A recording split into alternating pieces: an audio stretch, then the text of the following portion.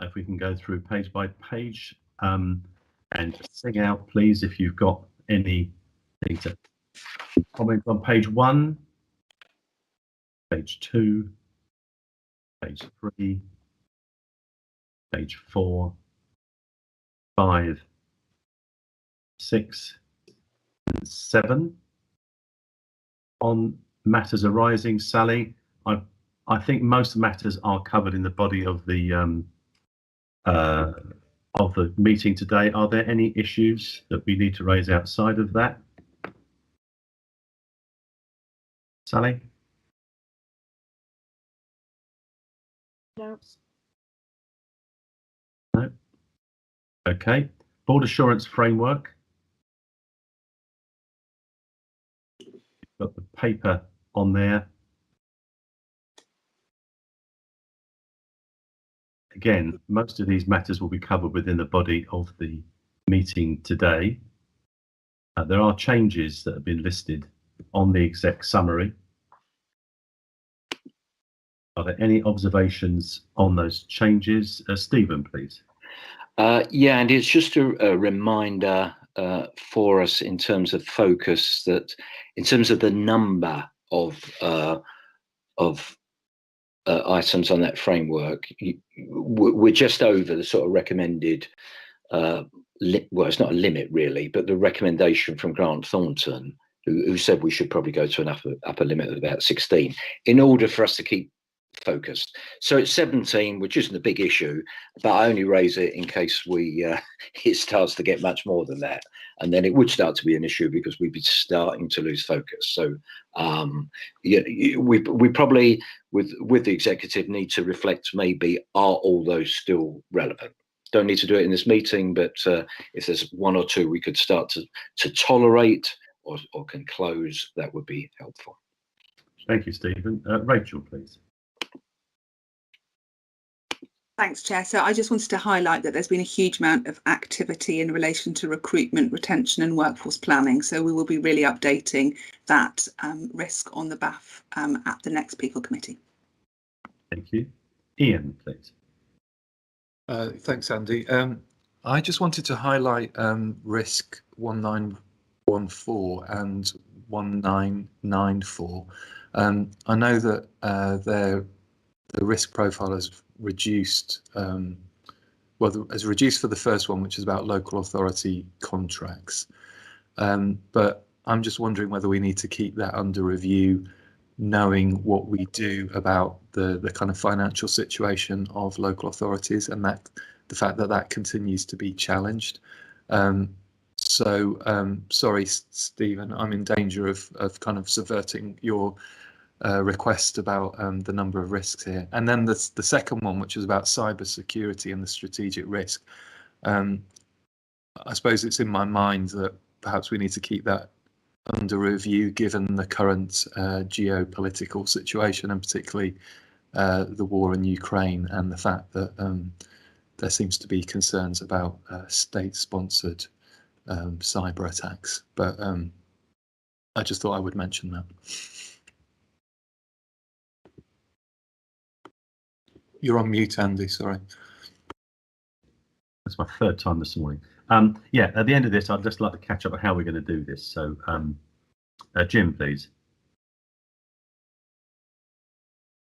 Thanks, Andy. Following on from what Ian said about 1994, just a question really. I think we agreed last time that we would increase the target rating to high, but from my point of view, potentially that should be, because we're undergoing work at the moment, the strategy document's coming through in April. So my view would be that maybe temporarily we're looking at that high, but I'd like to maybe propose that we aim to bring that target rating back down again once some of this work is completed, especially after the KPMG report.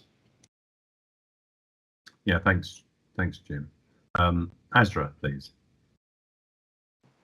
So it's just picking up the point that had been made earlier, and really for both 1984 and 1914, those are in your risks. Now, the detail on 1984 does stay in year in the backup, We need to make that clearer. And for both of these, they will be closed at the end of this financial year because they are the in-year risks, and then will be reopened in the new financial year. And it was just for me to agree with Ian.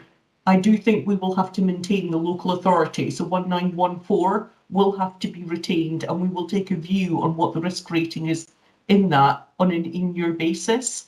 It's just also just clarifying, and it came out within the Business Committee and the Infrastructure Committee, that the capital risk is sitting in terms of the ICS in relation to the 1984 is sitting on the Infrastructure Committee, but that is a multi-year risk. So it was just really to highlight and make that clear. For next year, I will make sure that each one of these state the year that they relate to, where they are in year, and just a recognition that they will be opened and closed at the end of each year to recognise that risk profile. That's helpful, Ezra. Thank you. Iffy, please. Thank you, Andy. So I was just going to pick up on Stephen Dilworth's point, which is one I recall you making the last time, and so I've kept a very close eye on the numbers. So we've got 17, as you say, 4 of them are significant, 10 of them are high. There's one risk that I'm sure the People Committee will look at, which is vaccination as a condition of deployment. And that, of course, will be subject to legislation. If indeed the government removes this altogether, then that risk is likely to drop off our BAF, which will bring us down to 16. And many of us are, in fact, I think I could say all of us are hoping that that will be the case. Yes, thank you, Iffy. Alison, please. Yeah, I just want to say I agree with all the points that Ian and Jim raised around the cyber risk. I think over time there is work that we're undergoing at the moment, and clearly the risks change all the time. But at some point we might need to decide whether or not we tolerate the cyber risk on the BAF, because we've done all the mitigations we can, but it will always be, an ongoing issue. Yes, thank you, Alison. Right, so I was thinking, we every year, remind me, Sally, do at least 2 in-depth looks at the BAF, do we not? That's right. We agreed to do every 6 months. So we did it, I think, in November. So it's on the board rolling agenda to come back for, I think, the July meeting. Right. Just again, remind me, do these risks go to the subcommittees? Are they divided up per subcommittee? Yeah, so each subcommittee has its own risk register. Yeah. I was just thinking about the way that we manage this, so that in between the 6 months, we are giving sufficient attention to all of these matters at the subcommittees, because at this meeting, clearly we're only going over fairly briefly, but I just want that reassurance that they are being looked at. Stephen, please. Yeah, just a thought on some of these matters. I agree totally with Jim's point about the cyber security, by the way. That makes absolute sense. I suspect there will come a point, hopefully when those geopolitical problems are over, we'll be able to take that off.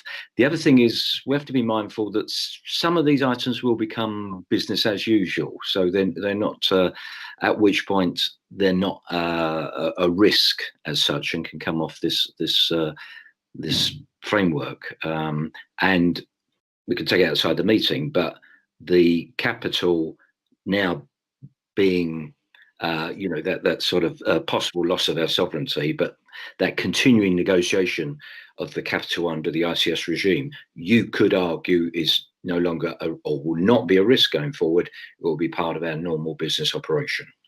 But that's a thought for us we can review that outside.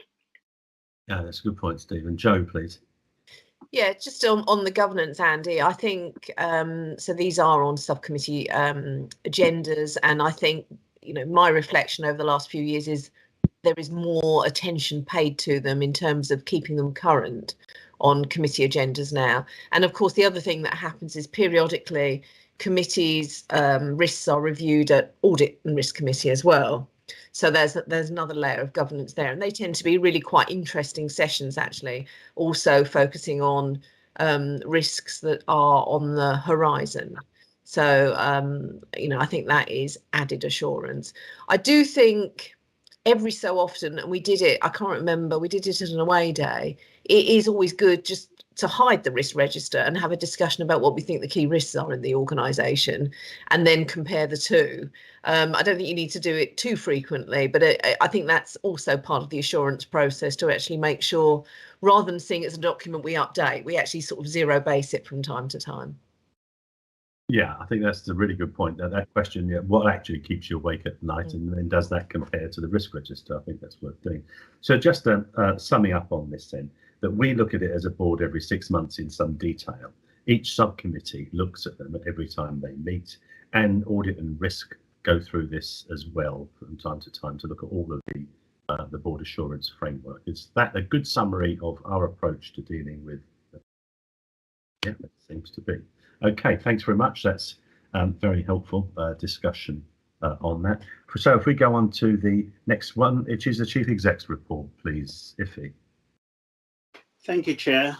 So I'm going to assume that colleagues have read my report. I don't intend to touch on everything. There are just a few things I want to highlight, and then I'll be happy to take any questions. So firstly, no doubt board members are aware of the developments in Ukraine. We received quite a few days ago a letter from the Secretary of State, which we have now circulated to all our staff. And we've put a story on the Ox and also some information on one Oxleas just to support staff. And I'm really quite pleased and grateful to Jane Wells, Rachel, Claire, and Neil for holding a listening and a support session for our staff a couple of days ago. And I know they plan to hold a second session on the 9th of March, just to invite staff, some of whom may not necessarily be from Ukraine, but may well have experienced something similar to what's happening to people in Ukraine, and so may have triggered something, the opportunity for them to feel listened to. There has also been further requests for crisis appeals, because some staff have felt the need to contribute in some way, and so we've passed all of that down to our staff for those who feel they want to contribute or support to do so. I kind of want to touch on two national things. I've talked earlier about the revoking of the vaccination as a condition of deployment. Great news, but we're still working through the fallout, and I have shared this previously with you in our 2 weekly meetings. I think that some of those fallout are still reverberating across our frontline teams. We are waiting for further guidance about how the NHS should deal with the lifting of COVID restrictions. The guidance hasn't arrived yet, but as it says in the paper, infection prevention and control measures still apply.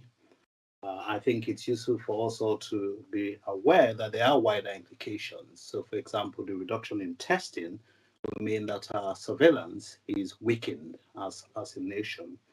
And also the suggestion that testing kits will cease to be available, which they currently are, to everybody, including NHS staff, may mean that we will have to pay for our staff if they are to continue testing. And there may be some issues for vulnerable groups in terms of how they will procure testing kits. And all of these things are being discussed, certainly in the region and across the ICS. And related to this is the fact that last week, the ICS received the planning guidance for COVID vaccination. And it sets out a number of things that should be done over the next year. So from now until August, the emphasis on vaccinating 5 to 11-year-old children, and then the spring dose for over 75s, dose for people in care homes, and also for over 12-year-olds who are vulnerable. And there is an expectation that we'll prepare for any further guidance that may come in the autumn from the JCVI. And so there may be an autumn booster campaign, we don't know, and we all need to continue to address any inequalities and variation in the uptake of the vaccine. And then further work is being done about how overseas vaccination is validated. I'm really quite delighted, and I'm sure that the board will join me in congratulating and welcoming Dr. Abi Fadipia, who is our medical director. She has been to board meetings previously, but this is her first board meeting as a board member. Abi was interviewed and successfully appointed. I anticipate that perhaps in May that the board will receive a recommendation, probably through the People Board, that she becomes the responsible officer for the trust with respect to GMC revalidation of doctors in the trust. I think there are a number of other good news stories in my paper.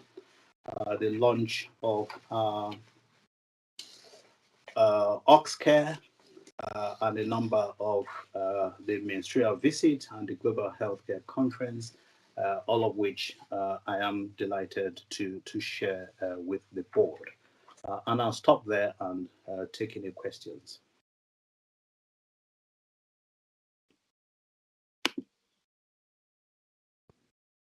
Stephen, please.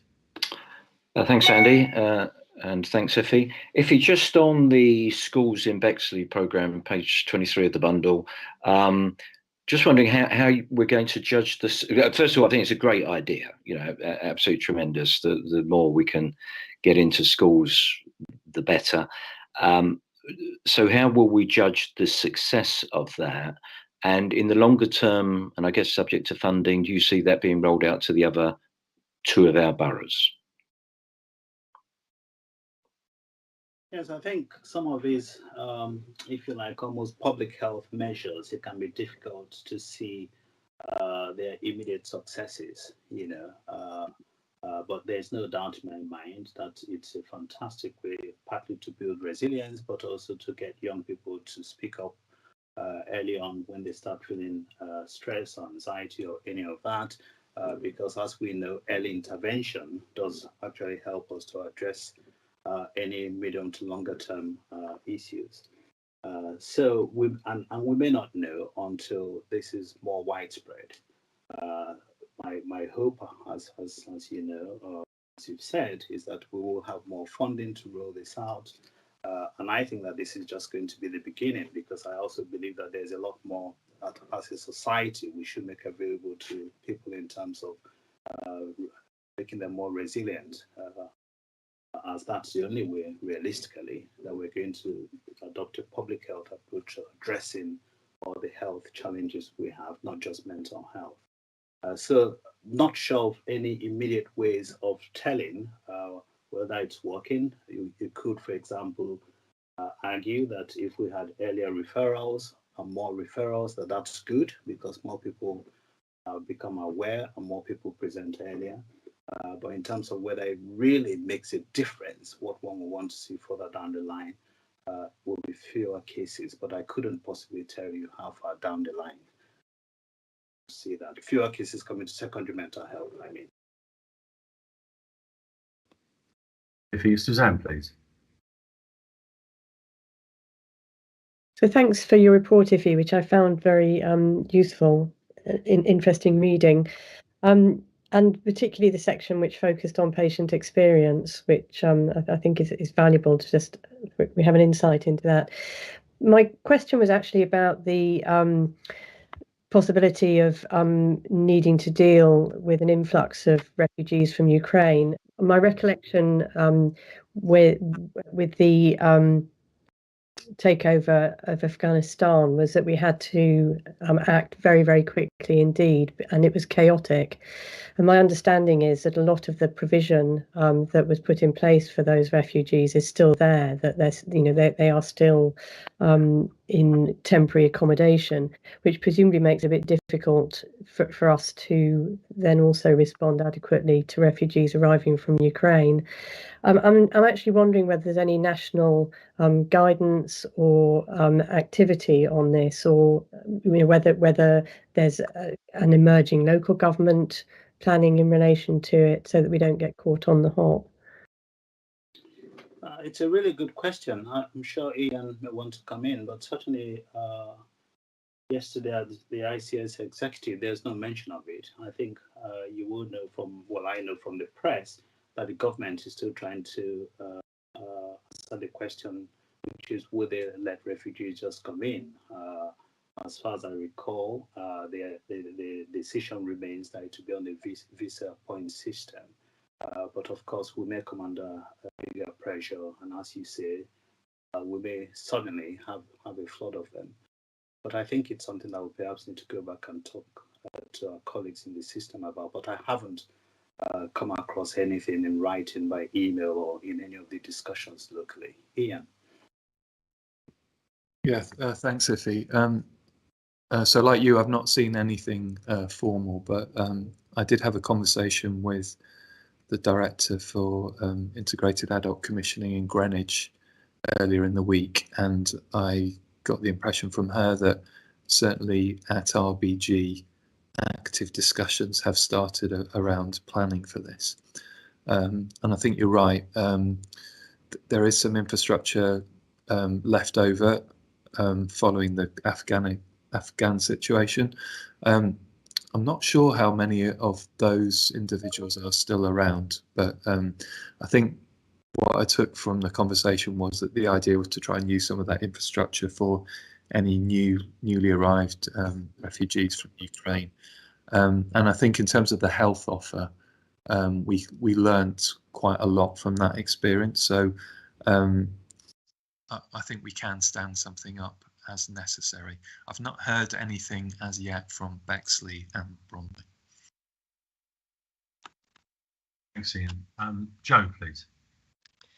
Yeah, thanks for the report, Iffy. Just a couple of points for me. The first was, I think, the workforce planning steering group, I think, is a really good initiative.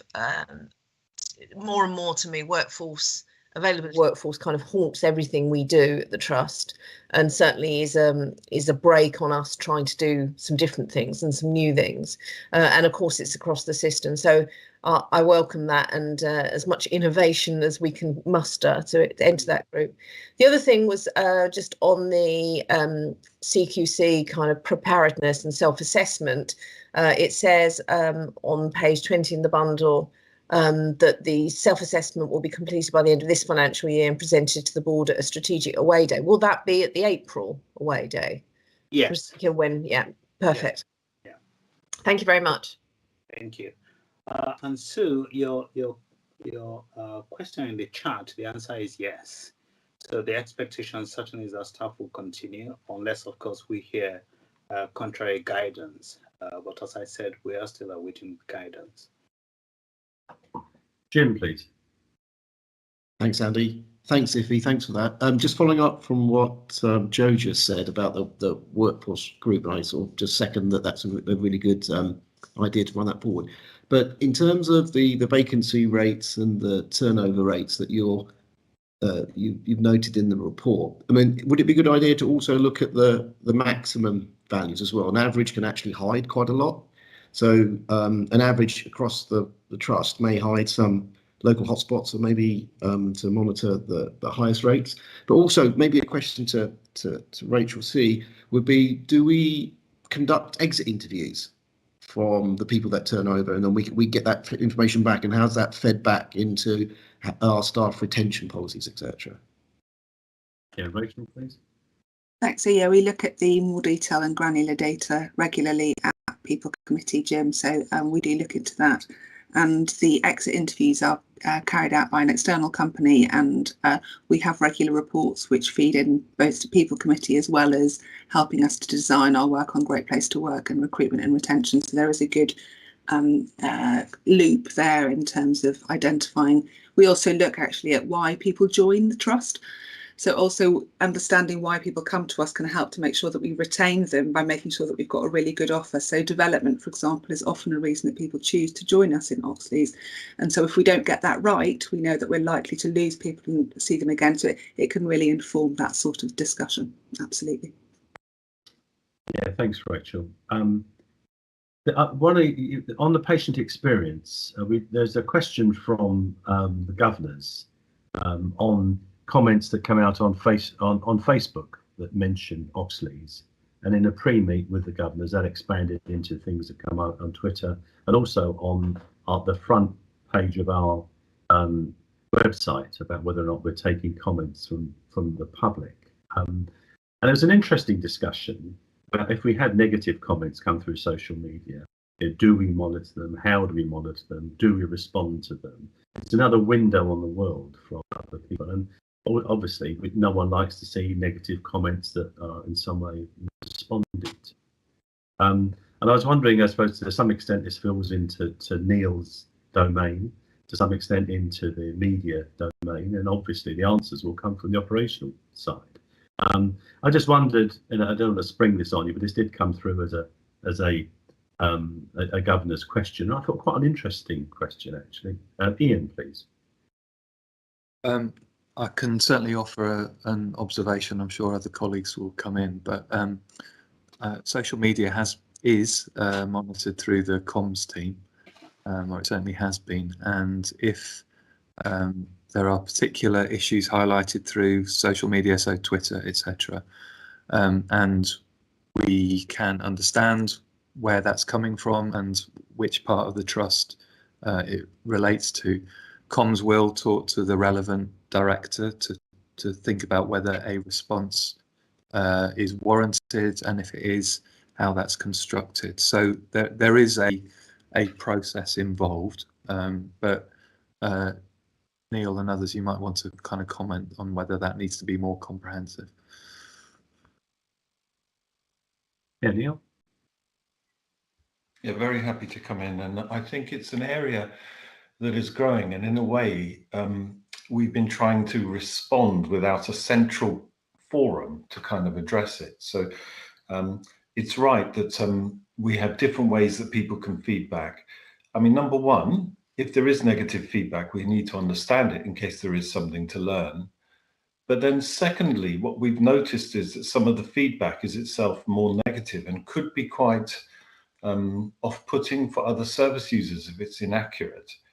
Can be quite demoralizing for staff as well, who are trying hard. So we've been running some of this feedback, including the patient experience feedback, through our operational reviews past teams.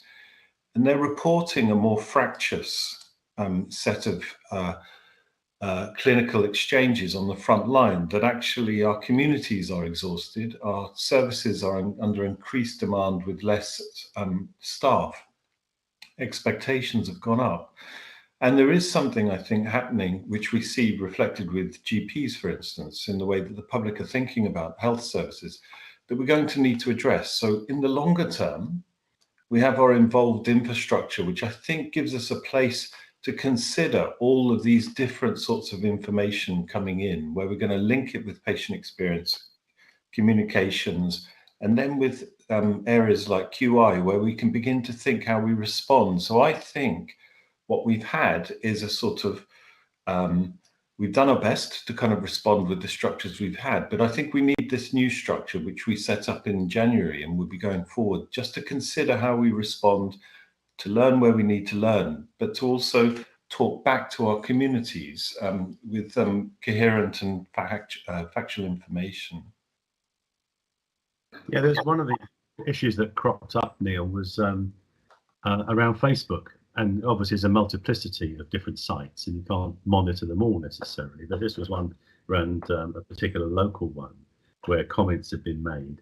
And I was just thinking through, and it's a matter for yourselves, how we monitor, how we respond, and how we make sure the accuracy and timeliness of those responses without necessarily adding to problems. I've seen other organisations, certainly on Twitter, just say, please DM me, and then we can talk about it and sort of pick it up and say we've got it, but actually take it away from the public discourse, which may not be helpful and also may involve patient confidentiality and all those sorts of things. But it was an interesting discussion, and you and I have also talked about the front end of our website as well, about how do we deal with comments that come up in that way.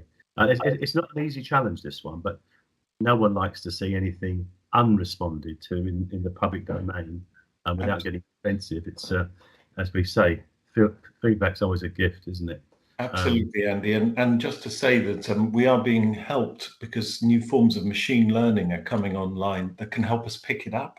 So rather than always trying to chase this manually, the world is changing around us, so we'll have more tools to be quicker rather than doing all of this manually. Yeah, absolutely. And Jim, no doubt you've got some thoughts on this. Yes, just to say that sometimes, although we need to provide a considered response to the substantive question, sometimes all the person wants to know is they've been heard. So just a basic message saying we've received it, we understand, we'll take you offline or you will be contacted is all they need to keep things quiet for a while. Because if they don't receive something within a short period of time, then it just escalates. So as I said, part of the software, part of the way that you deal with it has to be some sort of immediate response that takes things, takes the pressure off. No, it's a good point, Jim. Thank you. Sally, please. Yes, I just wanted to just reassure the board that the issues which are sort of directed at us, which are we're tagged into, for example, through social media and our Facebook site and everything, we do pick those up through comms, and they're linked into the patient experience team who respond through the comms team sometimes, and they're part of the wider patient experience reports that's put together. I think the issue is the wider website, internet, Facebook, where there might be a mention of Oxleas, but we're not necessarily directed at us. And we can certainly look into monitoring companies or software and things to look at options for that. But I guess there will be a cost involved, but we can build that up and have a look at that, and Neil and I can take that forward. Yeah, thank you. I think that's really, really helpful. And then if we have an update at the next board meeting on that, that would be very good. Thank you. Any further questions for Iffy? Jim, is that you want to come back? No, thanks for that. I think it's something that obviously Oxleas is taking seriously and will move forward on, and how we make sure those people who are complaining or making negative comments feel that they are being taken seriously. It's like anything in the public domain. How do you get to the people who are making these complaints? And there are some names on those Facebook pages, but thank you for bringing it up. Thank you. Oh, well done. Thank you. Jim, did you want to come back on? Yes, Iffy. Just one last question, if that's okay. Following on from what Stephen said, I was really interested in the work you're doing with the schools in Bexley, and sort of being a newbie. I'd be interested to understand, one, how's that funded? Because you said if you had more funding, you could do more. And two, if it was funded, would you be rolling out beyond Bexley? Because I just think it's an excellent programme as a preventative measure for issues coming down the line. Yeah, so as far as I know, it is centrally funded, and that's why the minister came to see it. And also, as far as I know, the plan is to roll it out. And to answer your question, if we had the money, we would definitely do more of it. There's absolutely no doubt in my mind that it's really, really important. And if we could, we'll want to extend it to cyberbullying, which is a thing that we see a lot of in terms of what affects the mental health of young people. Thank you, Iffy. If there's no further questions, then thanks very much indeed for your report, Iffy. And now we move on to Ian, please. Yeah, thanks very much, Andy. So I'm going to take it that that you've had a chance to read the report. There's a lot of detail in there, so I'm not going to go through it, but I will. I've tried to draw out the key issues and highlights on the front sheet. I think we've already mentioned this in the previous item, but the main theme running through all the directorates continues to be around workforce, and I think some of the directorates have clearly highlighted issues around capacity to both meet kind of operational and managerial demands. And I'll come back, if I may, in a moment, just to focus particularly on children and young people. But saying that, I think despite the pressures, all directorates have plans in place to address issues and prioritise their focus. And I just wanted to highlight the clear message that I think comes through from the Acute and Crisis Directorate around their wish to have grip on the various operations within their domain, but also within community mental health, the big issues for big support initiative, which I think is a really helpful way of focusing and bringing together kind of management and staff, and I know Lorraine is with us and she may want to say more about that. And then finally, again, despite the challenges, some really good examples of innovation and improvement, and I think some really excellent examples within the report. Particularly wanted to highlight the ASD Beyond Assessment Initiative, and also a number of pieces of work being taken forward within adult community health. But Andy, if I may, I'll just talk a little bit about CYP. So I think it says in the report that that on average there's around 20% vacancies across the directorate. Just to say that the kind of rate, the vacancy rate is inflated by new investment that has come in, and then the difficulties around recruiting to new posts to take forward those initiatives. Having said that, underlying that, in Bromley we do have a slightly higher vacancy rate, which has been caused by a number of resignations, but we are recruiting to new posts, and the directorate are also looking at innovative ways of delivering functions in non-traditional ways. So a couple of examples around that, the CAP, which is the assistant psychologist, leading to permanent recruitment at Band 6 route, and also the children's wellbeing practitioners, which are delivering low intensity work, particularly in Bromley. And then alongside that, in Bexley, we're developing the Thrive model with the hope to then roll that out across other areas. Greenwich CAMS has always historically been our highest funding service, so the vacancy rate is not as high there. I think the other couple of points that the CYP Directorate highlights, there was something around young Greenwich. And just to say that the issues there were contextual to the resurgence of the pandemic in December and January. So staff were pulled out to deliver the vaccination programme, and then like a lot of other directorates, there was an increase in the sickness rate. So that did mean that they went into business continuity, and this was all in agreement with commissioners and local stakeholders.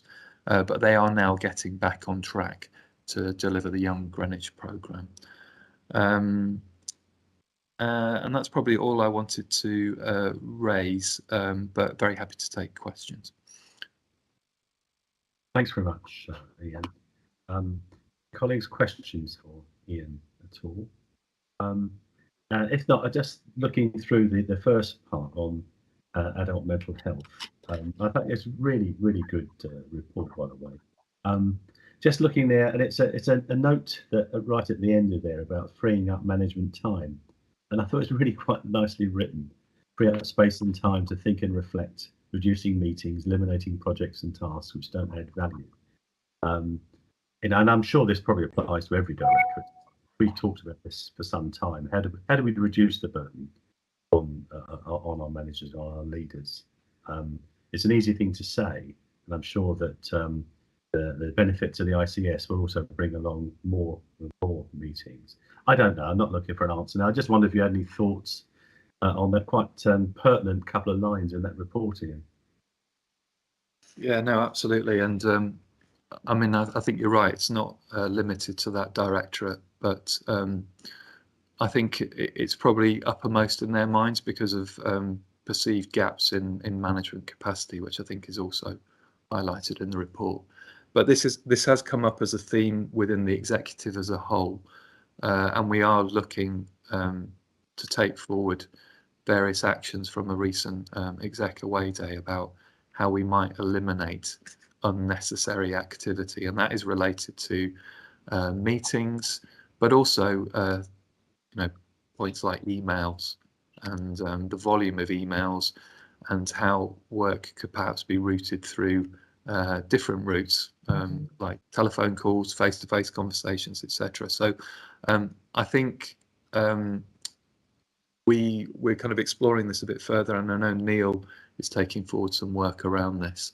And I think what we want to do is to come up with some key agreed actions that we take forward as an exec and role model ourselves, and then really try and then drive that down within all layers of management. Yeah, it's an interesting one, this, and obviously, and we as NEDs want to help, but quite clearly we add to the burden.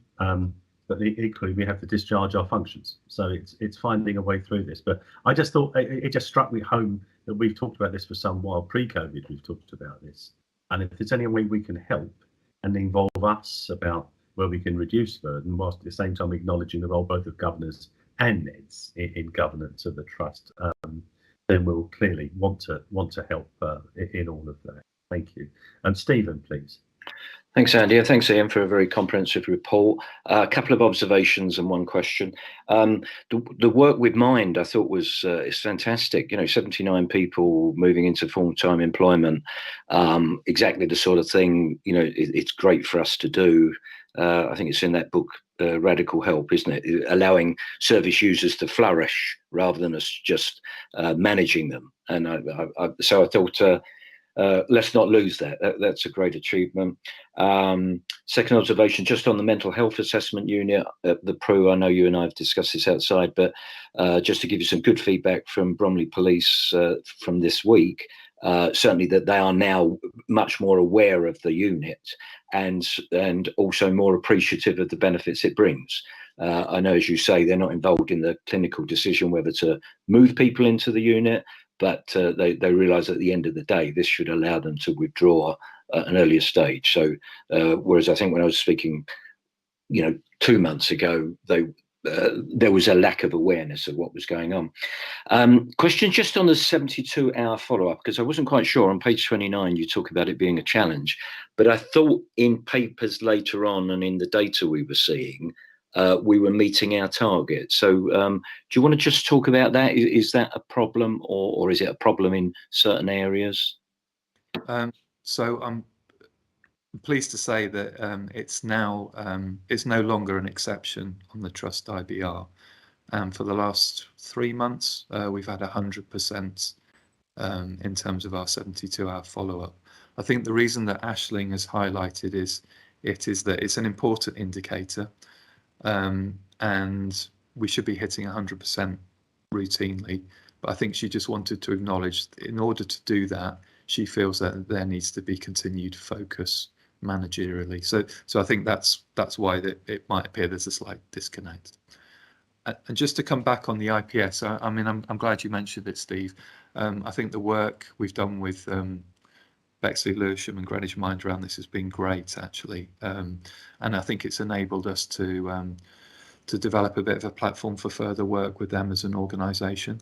Iffy and I actually met with them earlier this week, and they're going through a kind of review as part of a national review of IPS services. So one of the things we talked about is how we actually increase the profile of these services with the board. So that's perhaps something that we can talk about, and perhaps could be a focus actually of board visits. And I know, Stephen, you're linked with community mental health at the moment, so that might be something to talk to Lorraine about. Thanks, Ian. Yemisi, please. Thanks, Andy. I was really pleased, Ian, to hear about how the exec are taking a step back and looking at how they manage their time and emails and things like that, which we can easily they can easily be forgotten because they seem really minor, but actually they have a really major impact, and especially with the pandemic where we have changed our ways of working.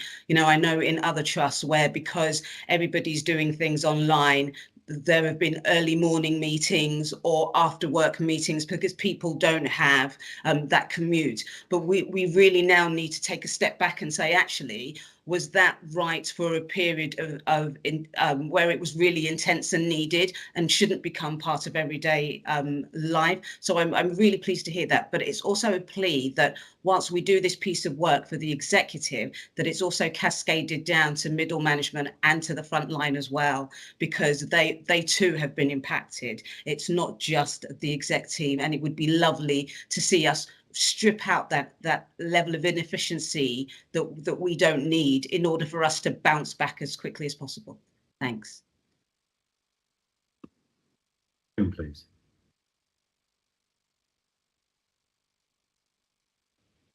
So did you say me, Andy? Jim next. Jim. Oh, thanks, Andy. Sorry, Joe. Thanks for the really comprehensive report, Ian. I've got just two quick questions on the acute and crisis mental health. I mean, in the paperwork, you said that there was work being done to unblock inpatients' discharge, but part of that was due to maybe a lack of confidence in the home teams. So maybe you can sort of elaborate on where that comes from, and are we dealing with it? Number one. And the second one is, it's really good to see that there's multiple projects going on attacking various bottlenecks within the directorate, which is excellent. But is that all achievable with the fact that there are some sort of vacancies and lack of management time and capacity? Is there an overstretch, or do you think you've got confidence that all those could be accomplished? So I think I'll probably start with the kind of last points, Jim, and then work backwards, if that's okay. So with this particular directorate, Aisling as director has newly arrived in Oxleas, which I think has been really helpful actually in casting a fresh pair of eyes over the service. And she's very much taken the approach that she wants to try and understand what is happening. So I think she's taken a very considered approach as to what needs prioritising. And I think in her mind, she has built in a kind of schedule of prioritisation. So I think the way that she wants to go about it, and by extension the senior management team, means that I'm pretty confident that they will, well, one, that they're focusing on the right things, and secondly, it seems like an achievable timescale. She has raised in the report, of course, that she has concerns about the capacity within senior management, but also at middle management.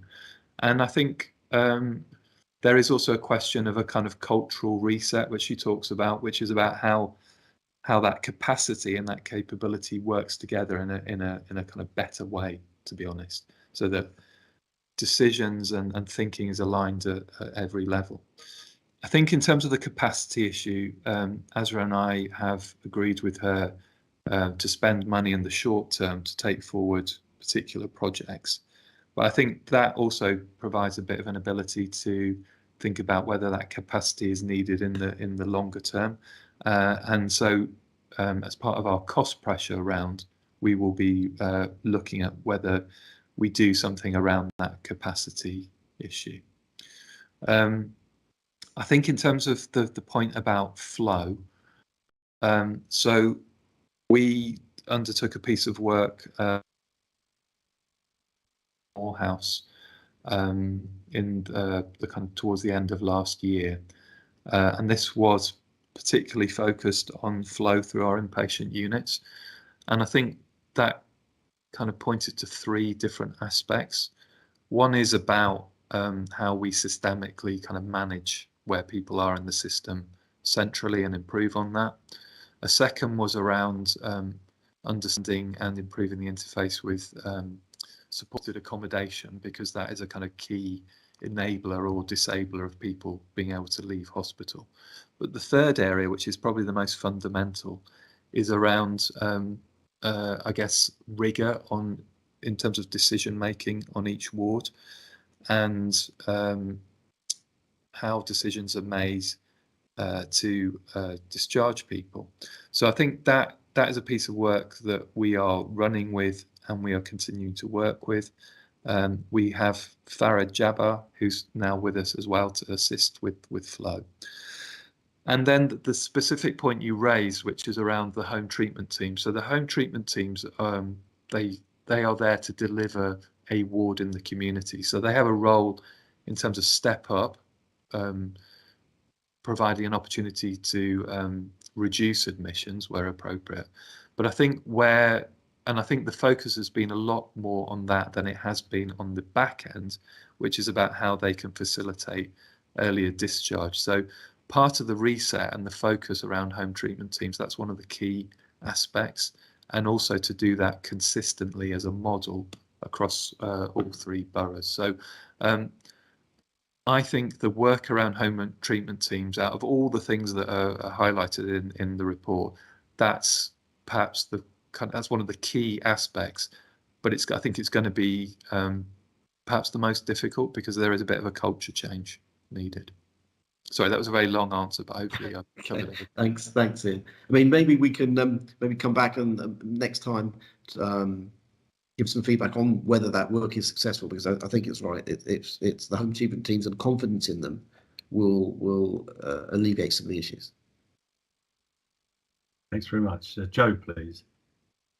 Thanks. I just wanted to come back and follow up Stephen's comments on the IPS service. I mean, I remember when I first came into the trust 6 years ago, there was quite a big debate because we were providing some of those services internally, I think, and we chose to make a decision to do that service different. So it's nice to see that stat there. Do we have measures of how sustainable that is? So it's great to help people into employment, but do we provide, or does the service provide ongoing support so they remain in employment? And also, are we able to sort of model that more sort of longitudinal thing? So does that mean that we see less of the people, the absence of, you know, crisis presentations and such like? I just think it's such a powerful service if we can get it right. It's great to see they're allocating more people, but I agree we need to make sure that they're allocated in the right areas. Yeah, no, thanks, Jo. I mean, you know, you're absolutely right. I mean, employment as a measure of success, both self-reported and as an outcome for us, is really, really important. And in terms of kind of helping people to sustain employment, that is part of the model. There will inevitably be a limit to how long that continues for, but that is part of it. I mean, if people are in full-time or even part-time employment, that suggests that their need for health services will reduce. And so what you typically see is that over time, people's connection with the services probably reduced to kind of medication reviews or you know, more, you know, wider than that, clinical reviews. And then the hope would be, I guess, that over time people transition back to primary care. But that's obviously, that's a negotiated position with them. But yeah, I think it's something, I mean, I could pick up with Lorraine about how we perhaps get some kind of longer term markers, because you're right, sustaining employment is as important as actually getting in there. But I was really struck actually by the examples of the different types of employment people are getting, which is fantastic and quite intriguing, to be honest. That's very positive. Thanks. Oh, Sophie, please. Yes, just to follow up on that IPS and work with Mind, just to recognise, as I'm sure everyone's aware, that the employment outcomes are really, they are very easy to measure. I think people often miss the huge amount of time that people take to become ready for employment. And if we could have some measures around that, that would be really, really interesting, because people don't just move into employment very quickly, and those that do, it's relatively easy to find employment for them. It's the people who take longer, but ultimately it's far more rewarding. And I just wondered as well, if we have any formal alliance with the VCSE, and forgive me, this is a newbie question, because Mind obviously is an important player, but do we have anything of that nature with Oxleas work in the community, or is it very much on a case-by-case basis, depending on the need? Thanks, Sophie. I totally agree with your points around work readiness and work preparation. Absolutely key.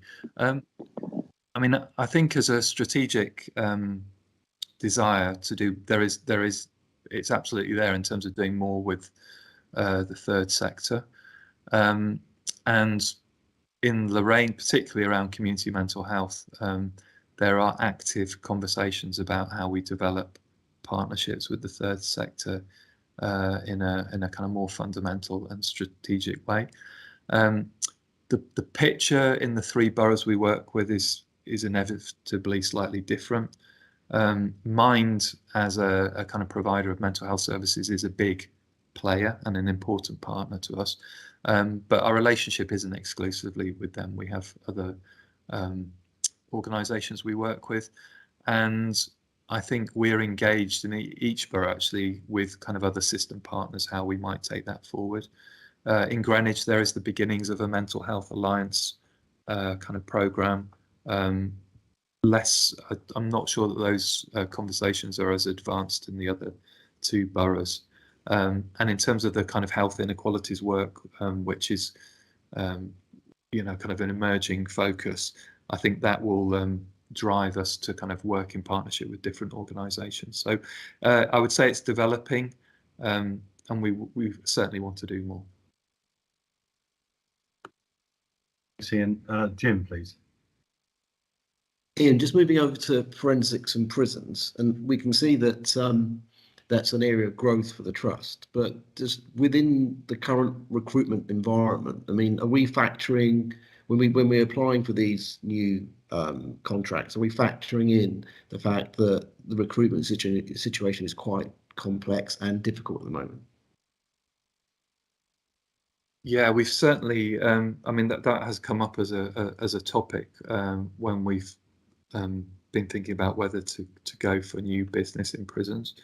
I mean, one of the factors with prisons, of course, is we're looking at services which are quite geographically dispersed. So I think as part of the due diligence before submitting tenders, we've tried to do work around and gather local intelligence about kind of local employment situation, etc. So it's certainly a factor, but I think prisons and attracting healthcare staff into prisons remains, you know, a risk for the directorate, and it is a bit variable across the geography, and that's certainly, as you know, I think from conversations at PQAC, it's certainly a factor in the recovery plan at Wandsworth. Particularly, you know, being in a London prison and the impact that has on attracting workforce. But so it's something that we closely monitor. Yeah, thanks, Ian. Last one, Suzanne, please. Thank you. And you might be beginning to feel you've had to answer a lot of questions today, Ian, so I'd be quite happy for Tom to address this one. I just wanted to ask about the community physical health services, and I noted that first of all, I think it's fabulous that there's going to be the development of this falls pickup service. I think that could be a real benefit to our community. The thing that I just wanted to ask about was the challenges in reducing waiting lists. And on page 32, it said that the most affected teams are community rehab, MSK, neurodiabetes and falls. And I'm just wondering what degree of optimism we have about being able to pull those services back into a new normal that's acceptable. Yeah, no, thanks, Suzanne. We've actually just had our latest rounds of directorate operational reviews, and we met with colleagues in adult community health last week, and I think Joe, you joined us for that. So they actually provided a lot of detail around waits for the different services. So I think the positive trend is that the numbers of people waiting over 18 weeks has actually reduced quite considerably, because you remember from previous reports here at the board that has been a real challenge which has been exacerbated by COVID. So that's not necessarily across the board, but in the services where we had really long waits, I think that's a really positive trend.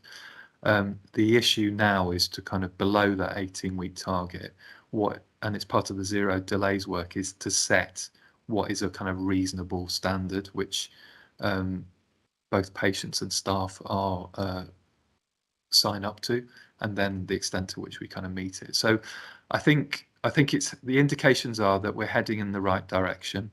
I think every time that there's a kind of resurgence of the pandemic, this particular service line is hit, because it's not just about the impact on staff, it's the extent to which we have to kind of adapt services to meet demands elsewhere in the system.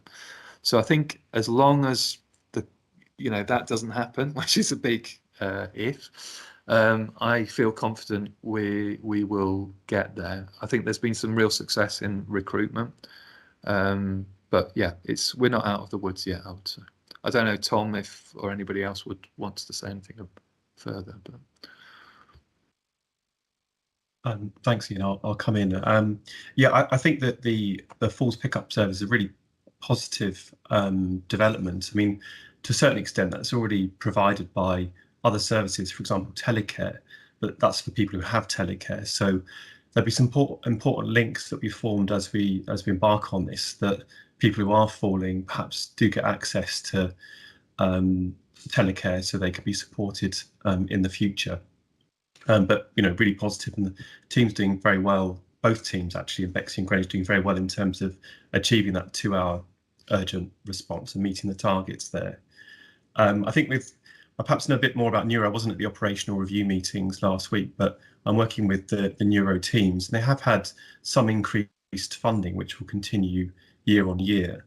And there has been recruitment. It's challenging, as we've covered already, but there has been some successful recruitment, which means that we're able to adapt how we're taking discharges from hospital, particularly around stroke, and offering a more responsive service and better continuity between what we call early supported discharge and then ongoing rehab after that early phase. That's really encouraging, and I think that we'd want to thank staff in the Directorate for the work they're doing. Yeah, well said, thank you. Last one, Jo, please. Thanks. Yeah, just to add to that, I mean, I think the thing that strikes me about the Directorate is they have so many different services, and those services are very different to each other. We did a visit to the TB service, which is fantastic, but it's like nothing else that we do. And so there is a lot going on, and it's a little bit whack-a-mole, because you get one service, kind of, you got recruited, you got funding, they're away, and then you focus elsewhere. I'm not saying that's how the Directorate runs, but that's how it feels to me. I think they have, they are impacted by COVID, so that goes up and down, but at the same time they are the recipient of lots of good ideas about how you get people out of hospital sooner, and such like. And so I think their agenda is really full. And if I take about the full service, and I sit on try and go to most of the performance and quality meetings within the Directorate, as well as the operational review. My sense is, whilst they are positive about the full service, they wouldn't have minded a bit more time to work out how that service works with JET and rapid response and telecare to produce something that is a bit more what's the word, integrated for the community they serve, rather than 3 separate services and there's a private operator over here.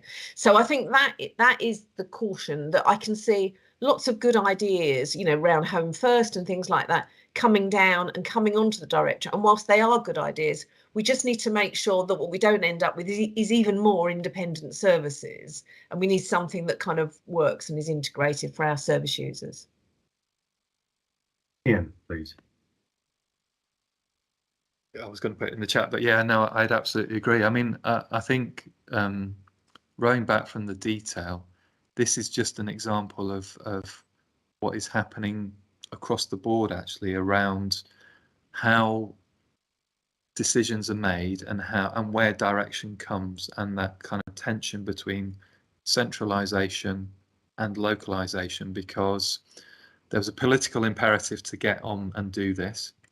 As you absolutely say, I think local stakeholders said, well, we can do this, but we can do it in a kind of sensible way with local knowledge and by bringing different services together. But that didn't necessarily fit in with what the central directive was. So it's about how a negotiated position is arrived at, and also I think I'm quoting Azra yesterday in another meeting about what our stance is on some of this. And I think I don't know if you would want to come in, because I think probably the place that this needs to get discussed is the community provider network, which he chairs. So, yeah. Yes, thanks, Ian. And I think, Jill, you're absolutely right about how, on the one hand, we say in the NHS or across our health and social care, that we're leaving things to systems, that centrally all that needs to be said is this is needed, and then the system and place will determine how to do it. That's what it should be. But with this particular one, what we thought would work was thought not good enough and not fast enough. And all of this was partly to help the London Ambulance Service. We're being called here, there, and everywhere. They really wanted to shed some of the challenges so that they could concentrate on delivering cases to ED and then worry about the handover. So we've been talking at the Community Provider Collaborative Network, rather, about how we should be allowed to think about the best way of delivering things locally. And it's not just this, it's also data that's requested, ad hoc. And on Wednesday, one of the things I heard was about the recovery fund, that rather than that coming down to the ICS, it's going to go to individual trusts. And the other thing, of course, is that there's going to be a league table, which will not be an ICS league table, but an individual trust league table. So it really, I'm really hoping that over the next 3 to 6 months, things will become a bit easier. Obviously, COVID hasn't helped, and so we're all playing catch up.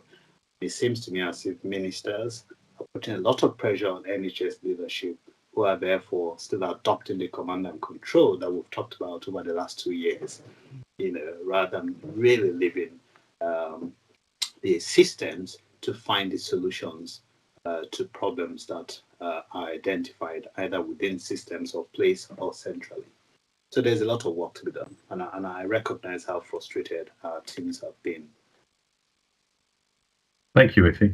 Just one last thing as we move from the strategic a bit more to the operational. I was just wondering, Ian, about 136 and 12-hour delays at A&E, the sorts of things we've talked about in the past that no doubt are covered in PQA.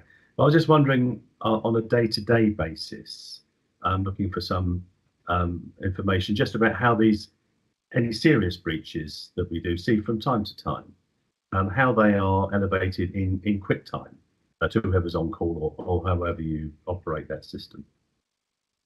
Okay, so I'll start with 12-hour breaches, Andy, and then move on to section 136. The good thing, and it is supported by data, is that the trend around 12-hour breaches for Oxleas is going in the right direction. It absolutely is, and I see that data every day, and I see it in the context of all London mental health trusts. I think January we did go off track, and that was related to the pandemic, closure of beds, IPC rules, etc., etc. The escalation around 12-hour breaches, I think, is now well established between ourselves and the 2 main acute providers that we work with. So I get, if anything, the escalation's a bit too good, as in it comes to me quite quickly in one of the trusts, not in the other. And I think it doesn't in the other because I think we've got a well-established relationship and it goes up through different layers. I think it's a work in progress with colleagues at the PRU. So I feel confident about that. But I think the way through, any breach is unacceptable. The way through that is about kind of operational grip, and I suppose I would take it back to one of the kind of pillars of the Morehouse work, which is around the functioning and the purpose of that patient flow team, because they should be all over this, and they should know where people are. They should be doing the communication in a very kind of positive way to kind of enable everybody to know what is happening and what the timeline is. It doesn't mean that the situation is going to resolve itself quickly, but a lot of this is about people understanding what the plan is, and that's half of the battle. So I think the work that Aisling and team are doing around that, we are getting there. So I think 12-hour breaches, they will always be a factor, I think, and actually the scrutiny of of that will increase with the new waiting time standards that are going to be introduced in 23-24. The 136 breaches, they're far fewer in number, but there's huge variation month to month, and we look at that obviously on a kind of weekly basis, but we look at it monthly in PQAC. So we kind of see the headline figures, but I think perhaps what that disguises is the actual, I get the reports every week, but obviously they're retrospective, and it's only then that you can kind of see the actual length of time that individuals might have been waiting. So I think there's no doubt that is something that we need to improve on, is the escalation when waits are starting to increase. And there is a process and it needs to be followed. And some of that is, I mean, it's about bringing in senior clinicians to review the situation and looking at opportunities to do things differently. So I think that is something that we'll focus on. As you know, if you and I, as we do periodically visit, and we visited a couple of weeks ago, and I think that was kind of borne out from that visit. So more focus is what I will bring to that. Yeah, thanks, Ian. I was just thinking about that particular matter, and do people understand that they've got to elevate quite quickly to the whoever it is to elevate it to? But now, thanks ever so much. You've had a long time answering these questions. I thought it was an excellent report, and thanks ever so much for what you're doing and your colleagues are doing. I mean, use the term grip, and I'm certainly seeing real grit, real leadership here. So we're very, very grateful for you and all of your team for what you're doing through some incredibly challenging times. So well done, thank you. If we now move on, please, to item 7, which is Oxleas strategy and Lorraine. On this one, we had a chat with Iffy and Lorraine before, and I was just thinking about whether or not at the next away day we spend some more time just on updates on the overall strategy, and just have a bit more time, a bit more relaxed to go through things. So, Lorraine, as usual, you can accept that people have read what you've put out, and to deal with a very difficult and challenging topic in an effective and efficient way as you possibly can. I'm very grateful. Thank you. Thanks, Andy. I will assume that you've read the slides. I'll talk through some of the highlights, and then obviously I'm happy to answer any questions. So I think certainly for people that are comparatively new here, it's probably important just to restate the kind of aim of the zero delays priority, which was about eliminating delays in care, and that's different to waits. So I think we've tried to make an important distinction between the ambition to eliminate delays whilst managing and improving kind of waits, but recognising that there will always be an element of waiting. And I think we've done that in the context of knowing that for our service users, they will get better outcomes when care is delivered in the most timely way possible. And importantly, actually, our staff will also benefit, because staff say that they have much greater job satisfaction when they can deliver care in a timely way, and therefore it will support our retention. We've done a lot of work with service users to hear about their experiences and to think about how we can bring them into our thinking more. So we've done 5 focus groups with a range of service users from across the directorates, really listening to their experiences and helping or asking them to help us kind of with the building blocks for this particular programme. So in terms of the progress since we last came to the board to provide an update, there are 4 key things that have happened. We've delivered those focus groups. We did 2 internally initially, and then we partnered with Kaleidoscope more recently for the last 3. Kaleidoscope also conducted some interviews for us, which were with patients that had previously complained about waiting times, because we thought it was important that we kind of understood kind of what drove people to complain. And the recommendations from all of that work which is very consistent actually with the work that National Voices did on understanding the experiences of people waiting. They've been incorporated in the large part into our Patient Access Charter workstream, which I'll talk about in a second. The other thing that we have achieved is we've delivered a series of demand and capacity improvement seminars to a range of staff. And this was in acknowledgement that when we talked to staff, many of them were saying to us that actually they struggled to adapt their models of care when we're in periods of high demand. And of course, we need to recognise that this entire programme has been delivered against a backdrop of really significant increases in demand for our services, and staff that have managed, periods of service disruption on the back of COVID. And so that has kind of had an impact on the way that we've kind of been talking to staff and some of the initiatives that teams have been implementing. But actually staff were overwhelmingly positive about those seminars. They were delivered by Morehouse, but the materials and the content of those seminars is now forming part of our ongoing QI work with teams. We also completed pathway and data maturity assessments with our teams, and this was really to understand the kind of current state. So what the pathways were like for our different teams, what their waiting time performance was, and actually how they were using that data.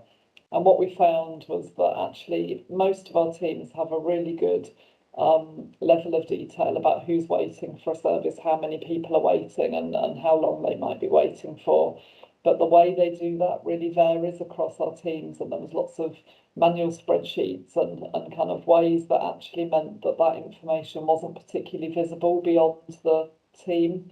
And one of the ambitions at the outset of this was to really have information that was very transparent and that we could all see very easily in terms of waiting times. So we have a roadmap now, and the recommendations from those assessments are included within that roadmap. That led to an appraisal of technical solution options, and a number of things were explored. Actually, fundamentally, Rio, which is our existing system, was selected as the most useful way of progressing. It had one obstacle for us, which is that the current functionality within Rio doesn't allow for multiple wait lists, but in fact we have got some money and we're part of a kind of a wider programme now to work with Serverlec to develop a multiple waitlist functionality within Rio. So it felt like the right solution. And I just gave a little example in the slides of a team where we've completed that work to kind of move them onto Rio. So our adult ADHD team, which is a diagnostic only team, have got probably some of the longest waits within the organisation and have been a source of quite a lot of anxiety, both for staff, the organisation, and of course for patients. And so with ADHD, they had been using a manual spreadsheet for many years. Every time we wanted to be able to report on the exact numbers, we were having to do significant manual work in order to pull that data together. So we've worked with SLAM, who have very similar issues around ADHD, and the South East London CCG, and developed a core offer for ADHD, which is a pathway from referral to discharge. We've agreed a target wait time for that service, which is 18 weeks, and we've identified some of the barriers to reaching that. That service was chronically underfunded based on a massive increase in demand over recent years, more than 400% increase. And so the solution for this team has been relatively straightforward because it's required the CCG to invest, which they have done or will do as of the 1st of April. That, of course, isn't the answer for many of our teams, and in that sense, they're a little bit different. So we've been really keen to work creatively with teams so that actually the answer isn't always more money or more staff, because we know that that's not always going to be realistic. It just so happens that for this particular example, it was. There's some additional information in the pack about what that's meant for people. In terms of our roadmap, then we're kind of at the point now where with all of those things that we've already done, we're now moving to onboarding teams onto Rio and working in a QI way with teams to better improve kind of waiting times. And you'll see that there is a timeline in the programme. Probably the next thing just to talk about is the 3 clear work streams that we've now got for the next phase of work. So one of those is around our patient access charter. So that's going to be about co-producing a charter that sets out at a fairly high level and therefore enabling individual teams to adapt it to meet their specific needs, how we manage our waiting times and what service users can expect from us. So overwhelmingly, the feedback from service users was, you have to tell us how long we're going to have to wait. If we're then going to have to wait longer, you have to tell us why and what you're going to do to help us manage ourselves whilst we're waiting. And you need to direct us to other places where we can get support whilst we're waiting. And so broadly, that charter will bring together those issues and help staff to see how they can implement strategies to address those.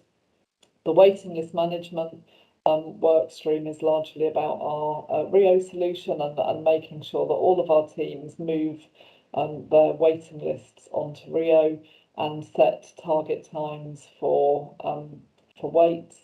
And then our QI work stream is about the kind of exciting stuff that teams really enjoy, which is them thinking together about actually what can we do differently to change this narrative, and actually what is within our gift and our resource to kind of move things in a positive direction. And then further in the slides, you've just got some kind of timelines about how each of those programmes is anticipated to kind of move throughout the remaining 2 years of our strategy, and also at the end just some ways that we're going to measure performance and quality. And actually at the next delivery group, we're just having a review of those. There's probably additional things that we can now add to those metrics. So I'm going to stop there. It's a bit of a whistle-stop tour through the paper, and I'm sure people have got lots of questions. Well done, Lorraine. Thanks ever so much for that. And I do appreciate the work that you and yours are doing when you're also running an incredibly demanding directorate. So there's an awful lot to get through here. So it's a very helpful update. Suzanne, please. Thank you. I really welcomed this update, Lorraine, and I think there's been some terrific work going on. I wanted to comment on a couple of things. One is that I think that there may be a tendency sometimes to think in a slightly binary way about wait lists and reducing delays in the pathway. And my understanding is, and it'd be helpful if you might confirm this, is that by reducing the possibility of delays within the pathway and starting with that as a focus, that will have a long-term, really beneficial influence on our wait times. And it may be that we get to the point where we say we've eliminated all of the possible delays within the pathway. It's clear that the only way that we could possibly bring down wait times is to increase the resource going into this area. And it would be helpful in a moment you can kind of clarify for me whether my understanding is right. The thing that I wanted to comment on, because I think it's so important, it's fantastic to hear that you've been doing some of this work through co-production with our service users. There was a paper that I've been sharing with colleagues, which was an evaluation by SLAM of how you report quality improvement. And it was full of a mass of statistics, but the most interesting thing about it is that they said the one thing that makes a consistent, statistically significant improvement to quality improvement activity is involving patients and service users and their carers in the quality improvement activity that you do. And so I'm delighted that there's such an emphasis on it within the work that you're doing. I had wanted to just pick up that going forward, because you say that the patient access charter is going to be co-produced with patients. Is there also going to be a focus in the QI network work on co-production with patients? Because I think this has been a bit of a weakness in the past in the work that we've done as an organisation, and we've tended to think that a little bit of gentle consultation is good enough. So I'm quite eager to I'm hopeful that perhaps that QI work will continue with the emphasis on using patient service user input in the way that you have to date. Thanks, Suzanne. Your understanding is definitely correct. So in order for us to really improve our weights, we do need to unblock those kind of bits that cause the delays first, so that we've got a really clear kind of picture. In terms of co-production, it's been really interesting. So we've got a group of volunteers as a result of our focus groups who are really keen to work with us and come on the journey kind of with us. So what at the moment one has expressed a particular interest in is joining the Patient Access Charter group as an ongoing kind of member.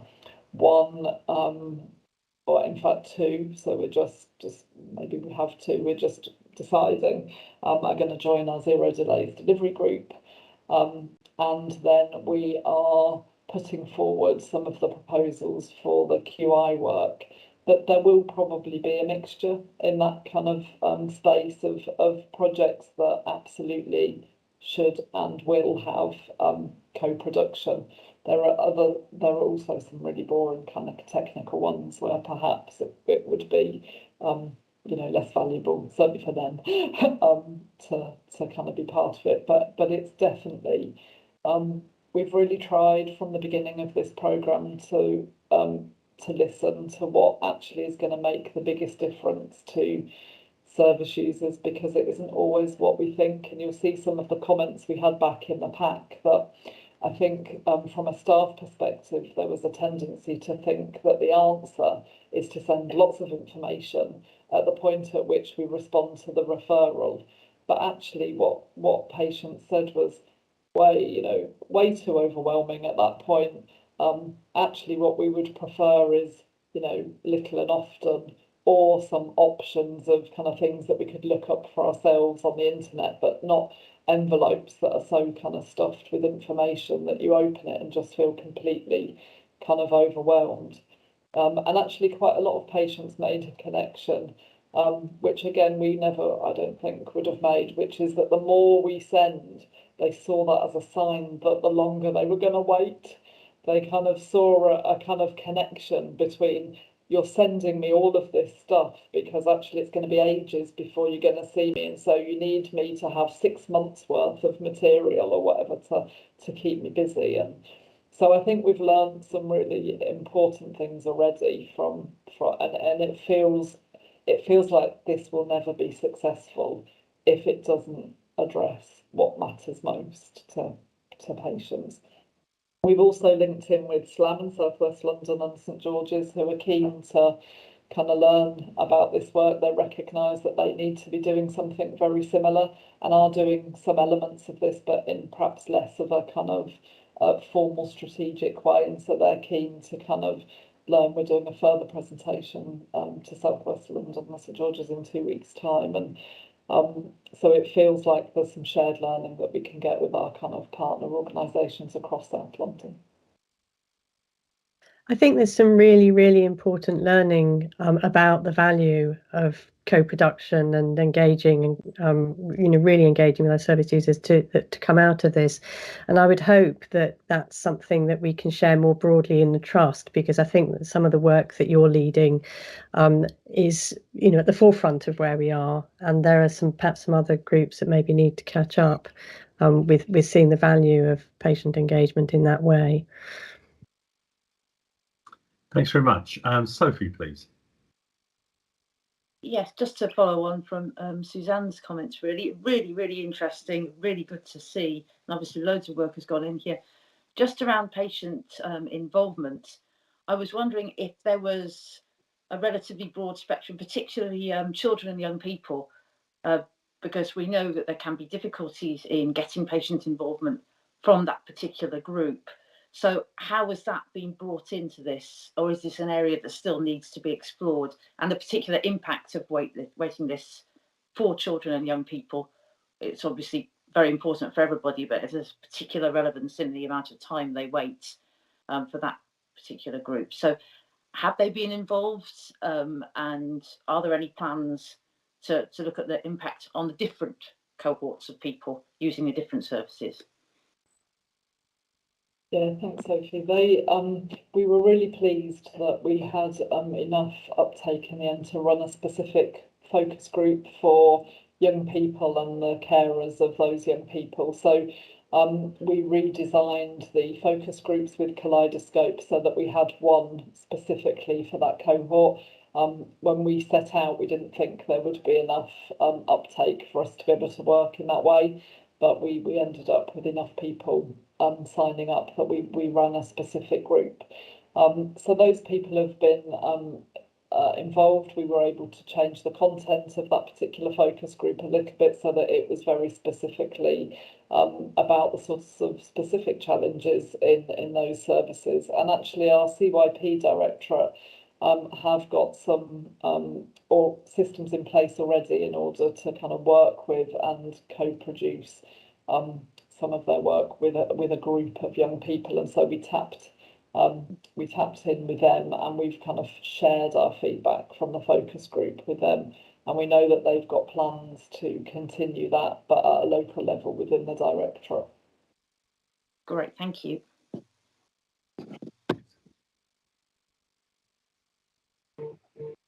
Thank you very much, Lorraine. Really great work to hear. I just wanted to find out how we're working with the difficult to engage, because they tend to be the ones that we really want to hear their views of why they struggle to engage.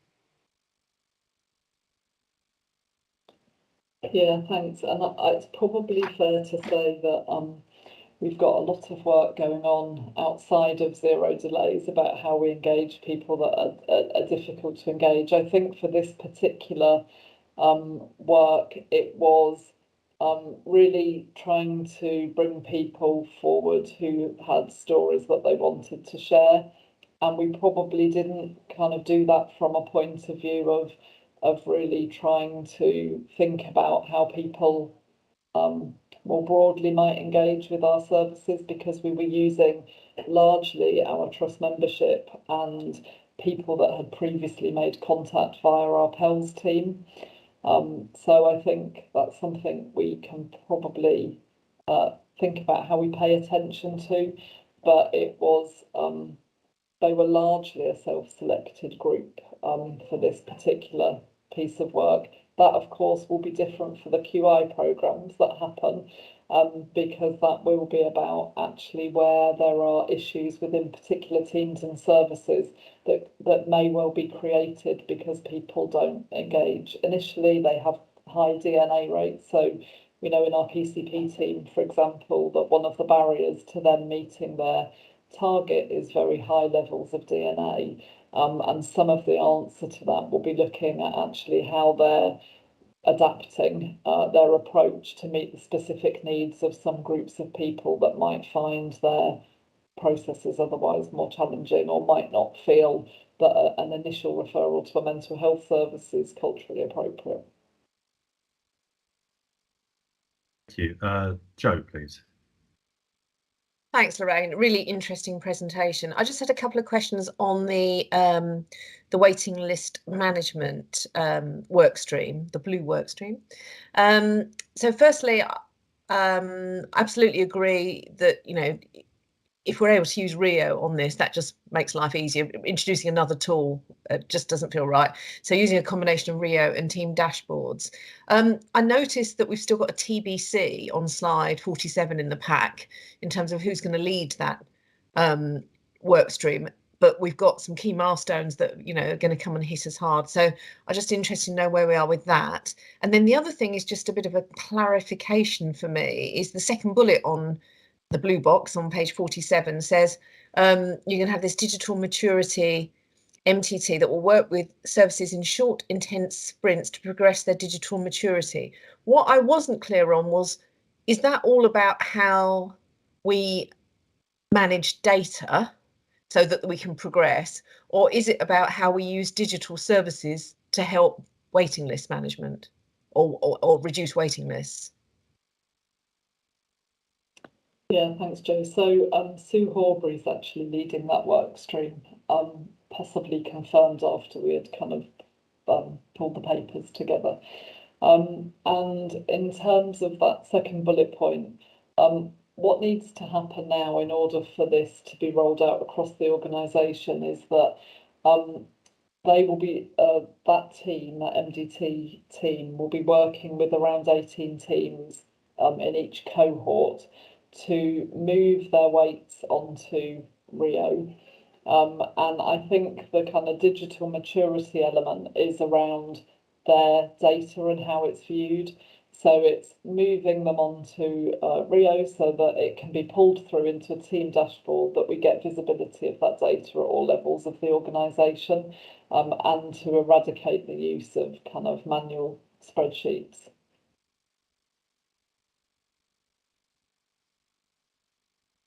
Thanks very much indeed, Lorraine. Really grateful for that report, and well done to you and your team who are working on that. We'll just do next one, which is Jane, please, with building block 3, safety and learning culture.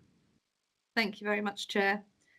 Building block 3 is all about us creating a culture of safety and making learning a big part of our priorities for making Oxleas a great place to work. It links with the other priorities too, but it sits very comfortably with that priority. It's going to help us get a better understanding of patient safety and help everyone in the organisation develop skills for patients, staff and partners to improve patient safety together throughout our systems. And this ties in quite nicely with building block 2 around involvement and co-production that Neil is leading. So we're going to co-design improvements to deliver really effective, sustainable change. But most importantly, it will enable the behaviours in all of us to foster psychological safety in teams where everyone feels supported, even when things go wrong. We really need to drive out this pervasive feeling of a blame culture or fear of wanting to speak up. So it's a real cultural shift that we're trying to deliver. In addition, our work plan also allows us to deliver the NHS patient safety strategy. And more of this is started to be rolled out nationally, having had its timescales significantly revised by the pandemic. So the learning from early adopters and the development of things like the syllabus was delayed by a couple of years nationally. So our achievements so far since the last update is we've standardised the adoption of the quality management framework, which is building block 1, into the patient safety group and all of the directorates, giving a systematic approach. So everyone is now understanding their planning and control and dashboards being developed. And we're looking at insurances through improving lives visits and actually what we can do around quality improvement. So much of the great work continues on the safety priorities. For example, those in the mental health safety forum, focusing on reducing restricted practice, looking at the See-Think Act framework, the Keep Me Safe framework, the safety pods, the ligatures, etc. And this also ties in with building block 6 around reducing violence and aggression. And more recently, we've tied it in with building block 7 around the digital working, as we've started to incorporate clinical digital safety into the patient safety group. Our key activity over the last 6 months has been extensive engagement and discussions in professional forums and leadership groups to really set the supportive tone and the expectations. It's been as one ongoing conversation over and over again to really try to make this real. And it's been really valuable to get all our senior leaders on board in building and sharing this vision. They're championing it, and they're starting to challenge when they're not seeing when things are being done in a compassionate or psychologically safe way. They're wanting to start being part of the change now. In terms of the National Patient Safety Strategy, we've literally just rolled out the Level 1 and Level 2 syllabus e-learning. This is now on the Oxleas Learning Fish. We've encouraging people to do it. We're also encouraging them to do it in teams and to have discussions. And we're also piloting the Healthcare Safety Investigation Branch Level 3 training, which focuses on human factors and systems engineering initiatives for patient safety. And this will predominantly be done by people in the serious incident team so that they can become patient safety investigators, and that will enable them to deliver the new framework. We'll shortly launch a dedicated internet page. Dr. Ama Sarfraz has now joined Linda Longhurst, so we have 2 part-time patient safety specialists. He's literally only joined in the last few weeks, so they will be developing their work plan or really just formalising the work plan that Linda has put together. And Jacqueline Kaur is working on identifying our patient safety partners. We now expect the Patient Safety Incident Response Framework, which will replace the NHS Serious Incident Framework, and it will take us away from the linear restrictive root cause analysis methodology at some point in the next year, but it could be as possible as May, which is very exciting. Now, measuring our cultural shift is never easy, and it will differ at varying points in time. We will be continuing to look at the staff survey, but what we've tried to do initially is to get stories and examples of where we've seen a shift in the culture to learning and safety. And we have one really, really prominent example around the culture of psychological safety during the COVID-19 children vaccination in schools for 12 to 15-year-olds, which was thrust very quickly onto a very small team of school nurses who had never done any immunisations of this sort before. Completely new models, completely new vaccinations, and there was lots of things they needed to learn very quickly. It was rolled out fast and at scale, and there were errors. There were safety concerns and there were reputational risks, and it was an incredibly stressful and distressing time for the nurses. They were under a lot of pressure, the scrutiny, they had no experience, and the programme was very unique, and the delivery model was not one they were used to.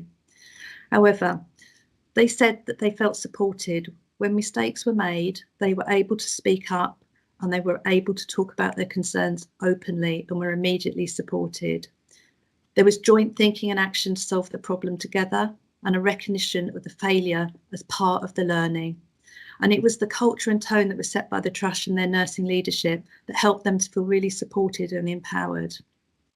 They said after the first phase that there were risks early on, but they were really proud that they learned quickly. So on a final note, I'd really like to take the opportunity to thank the patient safety team and serious incident team, the Directorate Patient Safety Leads, all the heads of professions, clinical directors, service directors, and my colleagues for the leadership and support so far in championing this cultural transformation. We've got a long way to go, but we've made a great start over the first 6 months. The next 6 months are going to be increasingly busy, and we will see more of the tangible things and the new frameworks that we'll be implementing. Thank you, Jane, and well done for all that work through this very difficult time. Any questions for Jane at all, please? Suzanne, please. Thanks for a very interesting report, Jane. And apologies because I wasn't able to be at the last PQAC where I think you would have had a more detailed discussion about this. My concern in relation to the sort of forward progress on the PSERF is partly related to this sort of planning blight that has been inflicted by the centre in terms of saying they're going to do this, but then not really telling you in a timely way what it is they want to do. But I know that there is a lot of information has already come out from the early adopters who have been working on PSERF. And one of the very clear indications from the mental health trusts that have been looking at this is that whilst one of the aims of PSERF was that it would reduce the number of serious incidents that received a high-level investigation, that in fact that's not, from the early adopters, it's not going to be the case. And I think that there's an important discussion for us to be had as a trust, which is an ethical discussion as well as a technical kind of operational discussion about what kinds of incidents we're going to continue to investigate. Because I think that the view that was taken early on was very much an acute trust view about the sorts of things, the common things you wouldn't investigate. We know, unfortunately, that one of the common things that happens in mental health trusts is deaths is self-harm in the community leading to a death. So I'm just wondering, what's the point at which we as a trust are going to have that really important discussion about how we move this forward, because it's not a trivial one. I think it's quite a big issue. Thank you, Suzanne. We've been speaking to one of the early adopters at various stages of their implementation of the pilot PSERF, and this is Essex Partnership, which is a fairly close mental health trust. And they've been dealing with some of these wicked problems. So before they decide on the framework in which investigations, they have to do something called the PSERF, which is a plan. And that's looking back over 3 years of incidents, looking for themes and making sure that they've got the adequate resources. Some of the themes they've identified will clearly be things that we would want to look at, and we would want to do investigations, and we might pick particular areas. But the really important thing that you've highlighted is that we do have the learning from deaths framework, and we will have to investigate all deaths still to a certain degree or other, whether we change the level for certain deaths. But we are also going to be having to deal with the expectations of coroners, and the coroners will still be expecting a detailed report. And NHS England are still working through that with some of the coroners, because the early adopter sites haven't managed to crack that yet.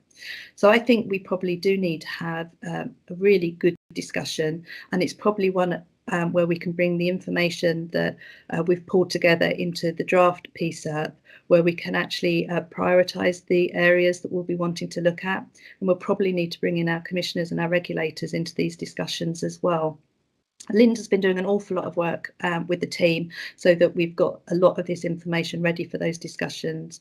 And it's probably worth noting that we won't be implementing anything until NHS England tells us it's our turn to do so.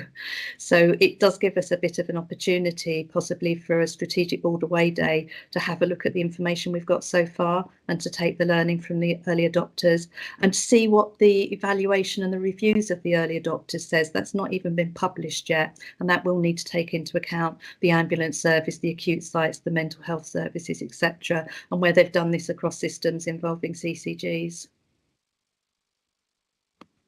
Thank you very much, Jane. Thank you, Jane. Jo, please.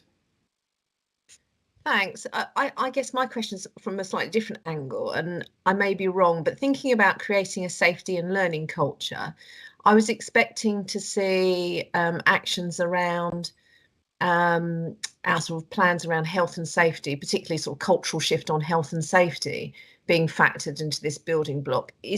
Is that expectation right, or are we aiming to integrate that with other building blocks? I think it's kind of sitting within the workforce area at the moment, but it's one of those ones that it's like a Venn diagram. It fits into everything. And Rachel T. Evans did a really good piece of work recently, where she took all the different elements of health and safety and where it sat in terms of other committees. There's no reason why we can't take elements of it into the safety culture, because obviously we're all doing training and development at the moment around leadership around health and safety. So it does have that natural crossover, but I don't think building block 3 will probably subsume all of the health and safety because it's so multifaceted. Thanks. And I guess, so in which case, I guess in more updates than less, I would expect then, as we see those updates come to the board, to see elements of health and safety to reflect that multifaceted approach. Jane, thanks. Thank you. Yemisi, please. Thanks, Chair. I just wanted to comment on the fact that this paper has been to PQAC, so we saw it in February, and we were able to look at it in a bit more detail, and just to highlight the learning example that was mentioned about the COVID vaccinations, and actually just how great it was. I mean, we had a bigger paper on this, but what was great to see was that a group of our staff were put into a really unusual situation, but they were allowed to express themselves and grow and develop. And the comments that were coming back were amazing. And those are the kind of things that we need to build on and actually use to triangulate amongst our staff in other areas. You know, thinking back to workforce, we know with a lot of with turnover and a lot of leavers, they talk about there wasn't opportunity for career progression or staff development, but it was clear from this example that actually staff were really infused about it, and it would be great for us to blow our trumpet a bit more, because we are doing a lot of work in this sphere and we need to disseminate it into other parts. Thanks. Jim, please. Thanks, James. Thanks for a great report. I know you mentioned in your report that it's really difficult to measure success and progress. So I know this is a difficult question, but you did also say that you'll gain information from the annual staff survey. So have you got any more information about what aspects of the survey you'll be looking at, which will actually give you the information that you're llooking for?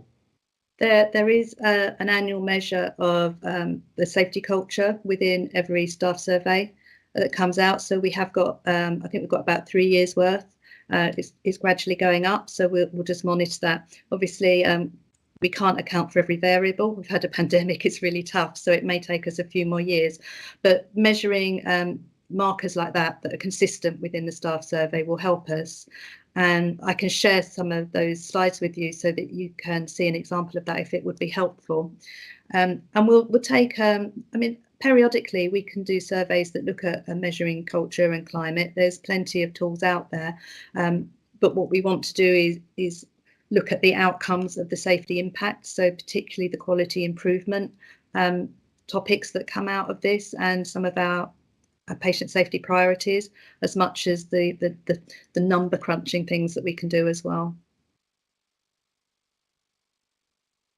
Thank you. Thanks very much indeed, Jane. There's been some really, really good discussions. By popular demand, I think we could do with a break.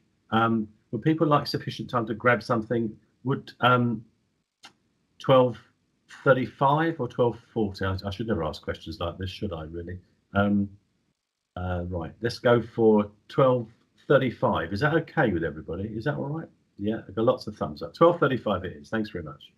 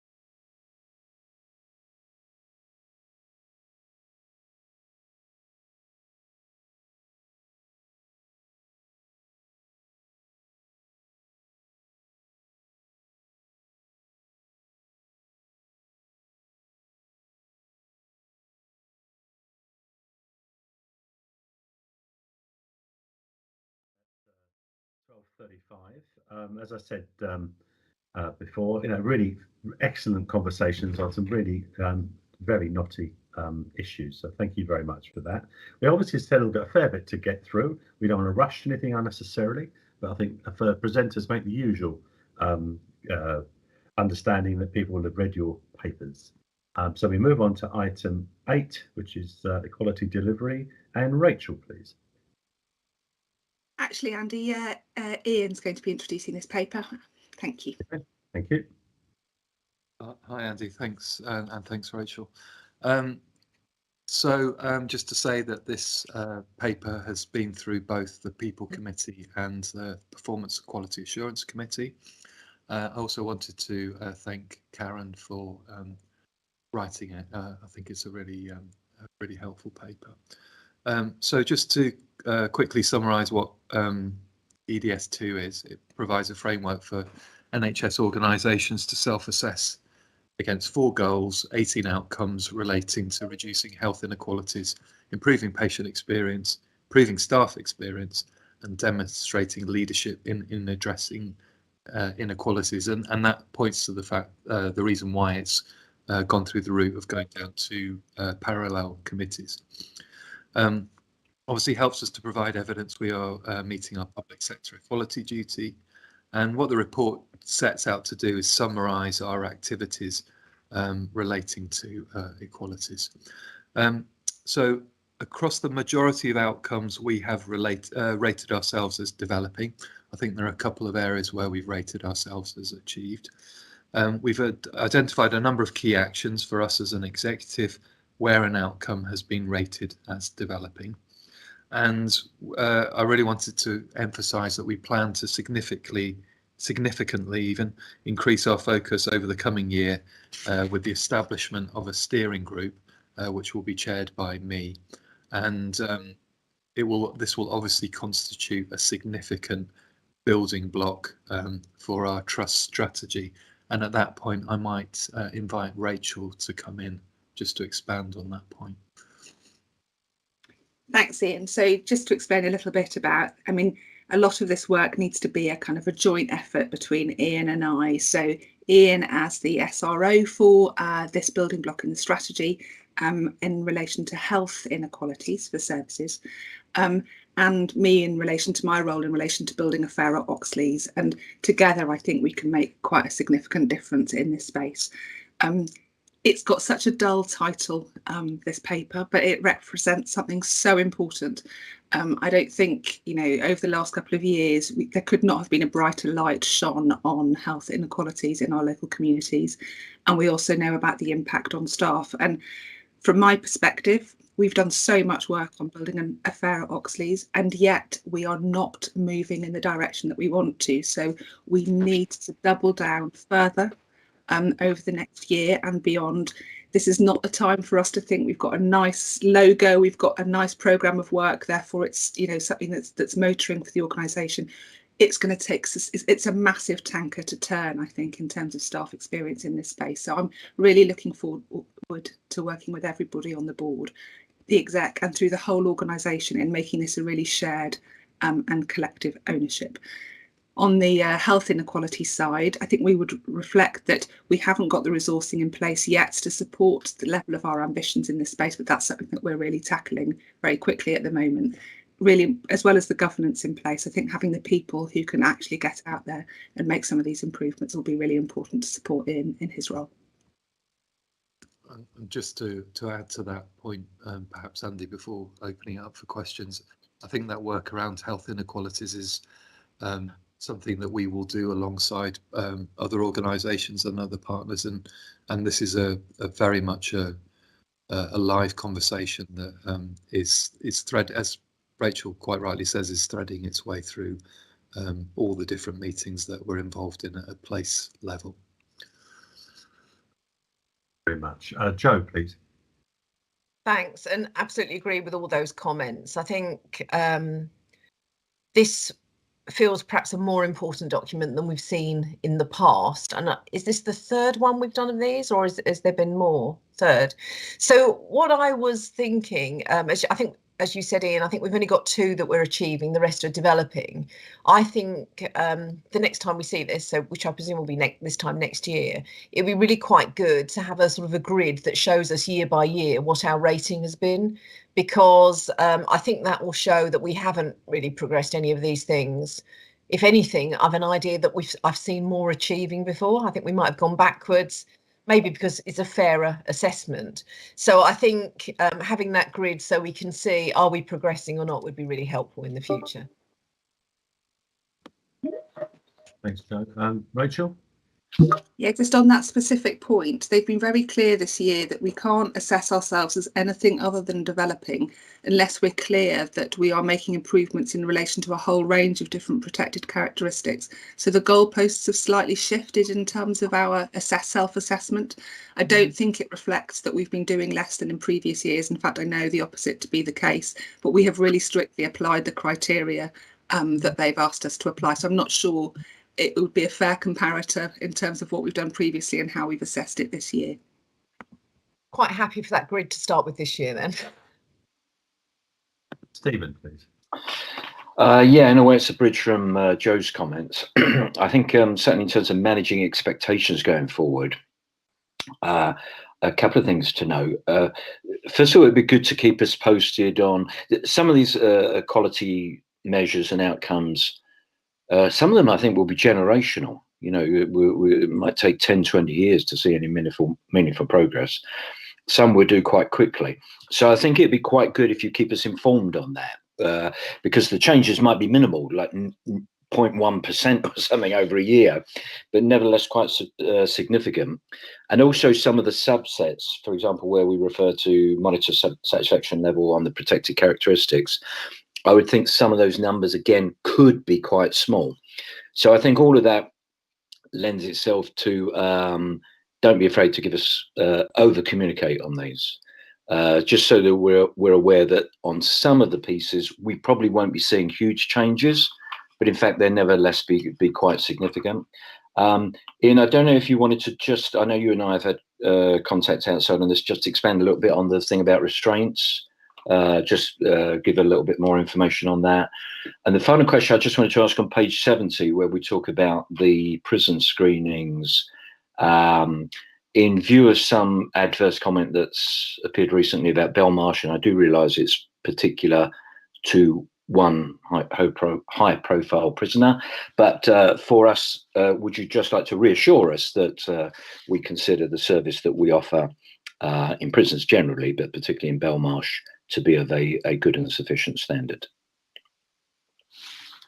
Thanks, Steve. Shall I pick up on the restraint issue first? I think in the narrative around restraint, I think Stephen picked up that the numbers didn't appear to add up on first reading. So I think you asked for further detail for this. So I can provide that detail now. The numbers do add up, but I think there was a bit of the narrative that had got lost out in translation. So it says the total number of restraints for the year 2021 was 647, with a monthly average for restraints using being 54. So just to clarify, that's all types of restraints, and that includes not just prone supine, but also chemical, mechanical, seclusion, etc. So that's the kind of biggest denominator that there is. And then it goes down to say the total number of prone restraints was 83. So of all restraints, 83 was prone. And then the next bit, which is the crucial bit, from April 2020 to March 21, it says 40% of restraints were completed in prone and 60% in supine. And that is just looking at prone and supine restraints. It strips out all the other types of restraint. And that is an improvement.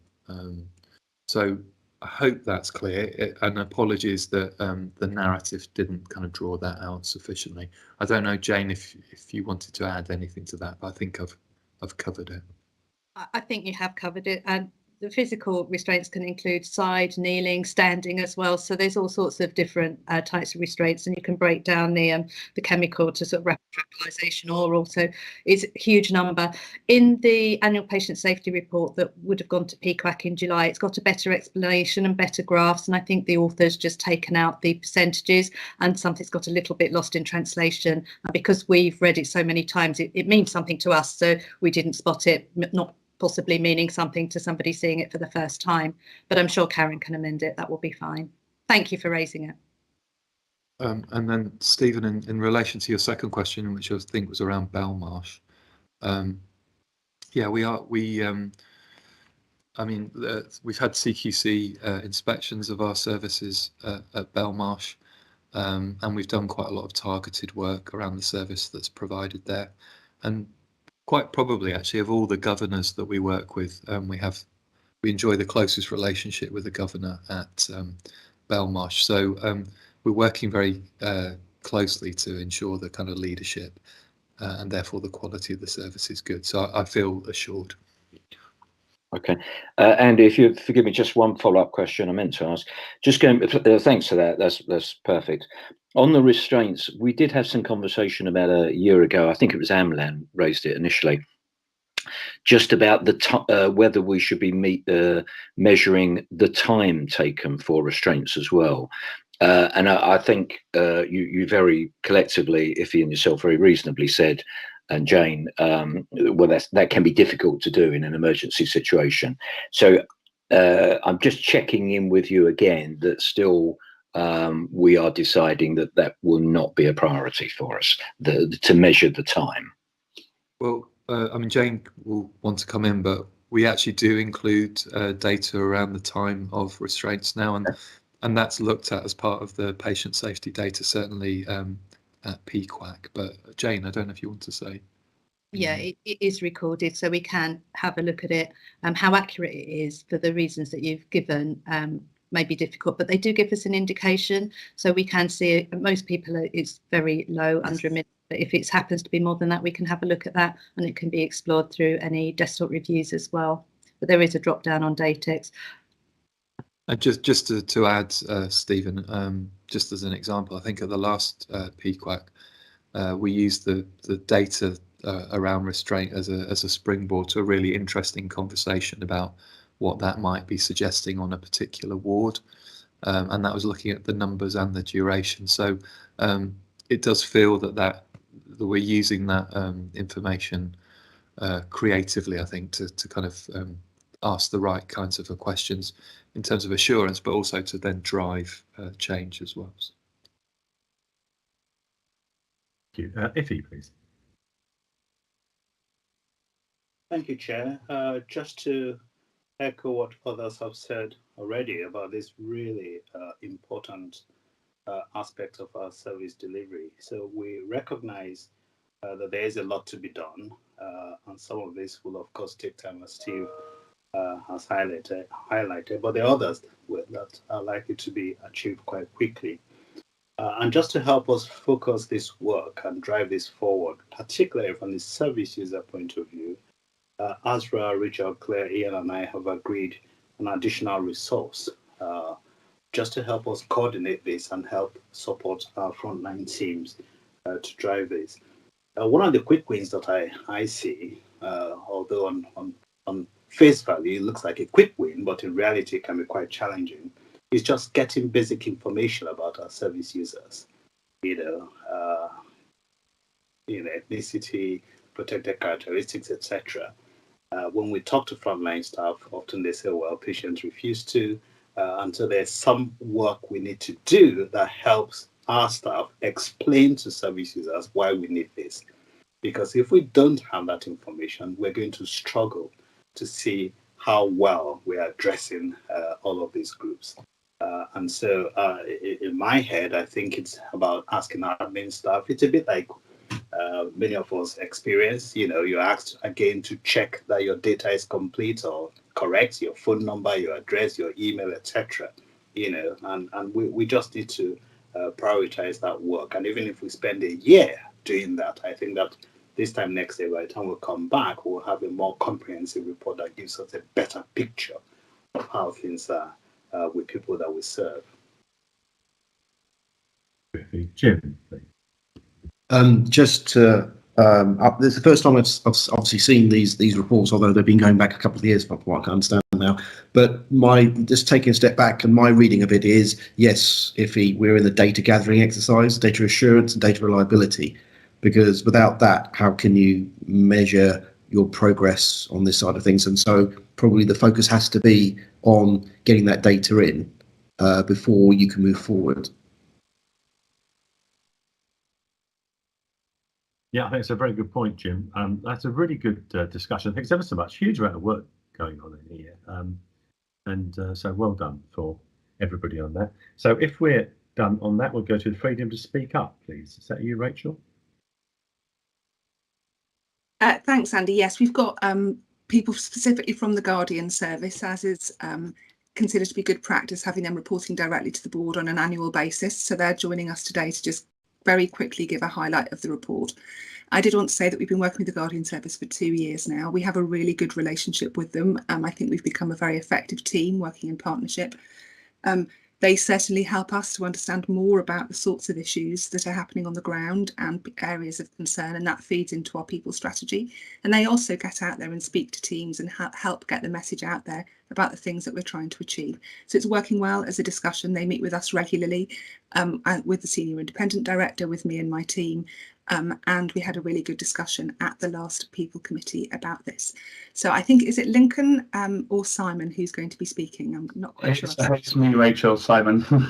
Hi, Simon. Brilliant. Thank you. So welcome, Simon. Over to you. Good afternoon, everybody. Thank you very much for the invitation. My name is Simon Patrick, along with my colleague Lincoln Murray. We are the Freedom to Speak Up Guardians for Oxleas. Hopefully you've all had a chance to see the report that was published in January. So what I would just like to do is very briefly go over some of the key highlights I think may be of interest to you, and then I'll be able to answer any questions that you have afterwards. So this report provided an overview of themes and issues raised during the period of January the 1st to December 1921. I've lost 100 years there. 2021. During that period, the Freedom to Speak Up Guardians raised a total of 35 concerns during that period. 8 of those concerns needed to be escalated to the trust. The other concerns we were able to deal with informally, which is what we're here to hopefully contribute towards in that relation to. But I can say that all of the responses were within the agreed RAG protocol timeframes. Those that aren't aware of the RAG system, when a concern comes through to the Guardian service, we classify it as either a red, amber or green concern. Red concerns relate to patient safety, safeguarding, where there is a potential danger. And in that respect, we have to escalate it to the trust, and the trust needs to reply to us within 12 hours. Then we have amber concerns, which are more relating to bullying and harassment. The trust has a 48-hour window to reply to that. And then there's green concerns, which are more in relation to general working conditions. And it's a 72-hour window for that. But as I said, I can report that the trust adhered to all of those protocols this year, and all concerns raised were dealt with within that time frame. Although 35 concerns raised during that year may not seem a huge number, there's a great deal of time that goes into each of those. We use a system called point native, which means that every time that we receive a concern, we look at those different points of how many emails, telephone calls, face-to-face meetings, etc. we have. And there was over 380 different touch points during that period for those 35 concerns that were raised during that time. Now, I know that trusts do like to compare to other trusts, and so I did do a very brief comparison this year. It should be noted, though, that there is a risk of ambiguity when making direct comparison analysis with other trusts, because obviously trusts have varying resources. In addition, there are a number of internal and external variables and demographics that can impact the numbers. But I did do a comparison between 4 similar-sized trusts that are also mental health trusts that come under the remit of the Guardian service. I'm sure some of you noticed that the trusts were not actually named, they were put down as comparable trusts. The reason behind that, unfortunately, is the National Guardian Office does a slightly different reporting period than Oxleas request. And so because it's not in the public domain yet, I couldn't actually name the trust specifically. So I did a comparison. And interestingly, 3 out of the 4, Oxleas and 2 other comparable trusts, were actually on very similar numbers in relation to the concerns raised during that year. As I said, there were 35 for Oxleas, there was 42 for one of the other comparable trusts, and 29 for the third comparable trust. The big difference was trust number 4, which had over double the amount of concerns, 97 raised in that year. And the one fundamental difference with that trust compared to the other 3 is how long the Guardian Service has been in situ with that trust. It's been in that trust for 5 years. So I think that's actually quite an interesting thing to look at, because it does show that the more embedded that the Guardian Service and the whole freedom to speak up movement is within a trust, the more open and inclusive it becomes, and the more comfortable all of the staff within that trust feel to be able to use all of the different avenues that are available, including talking to the trust and talking to the Guardian Service. So I'm going to touch on 2 of the themes that appeared this year, one being patient safety and one being management issues. Patient safety, obviously, because it's one of the fundamental principles behind what launched the Freedom to Speak Up movement. Only 2 red concerns were raised to the trust this year. I won't go into the specific details of them. Some of the details are in the report. But once again, I can report that the trust did respond within the time frame of the RAG protocols. And the escalation of both of those concerns has helped to drive the completion of a management action plan to address the risk that we identified, and does include incremental changes and regular reviewing and monitoring that has come from those 2 red concerns being raised. And so I was actually able to close both of those cases in that year. The second issue I wanted to raise was management issues, because this year management issues accounted for the biggest portion of cases that were raised with the Freedom to Speak Up movement in that period. It's a broad subject, and it does cover a large range of elements, but it mainly falls under the context of things such as aggressive or hostile communication, or even just poor communication, not listening to staff concerns, sometimes creating hostile working environments, or sometimes managers just being unsupportive, or staff feeling they're insensitive towards their concerns.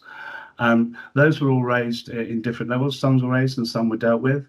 I did make a number of recommendations to the board at the end of the report. I will discuss that briefly, but certainly many protocols are being put in place to deal with that. I think another interesting statistic to look at is the reason why people contact the Guardian Service, because the 2 largest reasons that came up were that they believe they will not be listened to, or that they have raised concerns in the past and they felt that nothing had happened.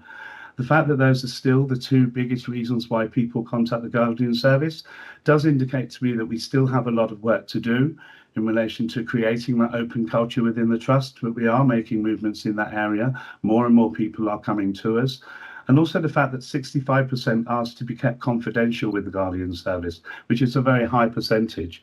But it is quite normal, and it's something that crosses all of the trusts that we deal with at the Guardian Service. So this is not something that's unique to Oxleas, but it just sort of talks into the narrative about how the whole Freedom to Speak Up movement is still relatively in its infancy. And creating that culture and changing that culture and making it more open is an ongoing concern, and it's an ongoing process that needs to be taken into consideration. The other second element I wanted to mention is the levels of professional levels of the majority of people who raise concerns.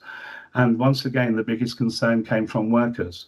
We only had 3 concerns that came from managers and no concerns that came above the level of manager. And that's something that I feel that we really need to work on, because the Guardian Service is not just there for workers. The Guardian Service is for everybody across all levels of the trust. And that ability to be able to speak to us when they do have concerns is something that I really, really want to push. And I've been quite active in going to senior management team meetings to make sure that those managers know this isn't just for your staff, it's for you as well. Everybody can have concerns that they can bring to us. So, as I said, I did make a number of recommendations, and most of them were relating to management issues, because it was the common raised concern with Freedom to Speak Up this year. I am pleased to say that I am following the report being introduced. I did have further meetings with Rachel and other senior management, and I'm very pleased to see that the Trust is definitely committed to improving the tone and communication with their managers, which is a key part of the value and behaviours framework. There is a new leadership programme that's being introduced for all frontline managers. And that is being instigated at the moment. It's a key part of the new Oxleas programme. So I'm very encouraged to see that. In fact, also the Guardian Service spent the last year creating an interactive reflective guide on the power of speaking up, which works on the dynamics of speaking up, but also as far as senior management and management is concerned, listening and hearing up. And it's also been agreed that that will be promoted on the Ox intranet, and that will be accessible to all managers to have a look at and to discern the information. And it is a very, very useful tool.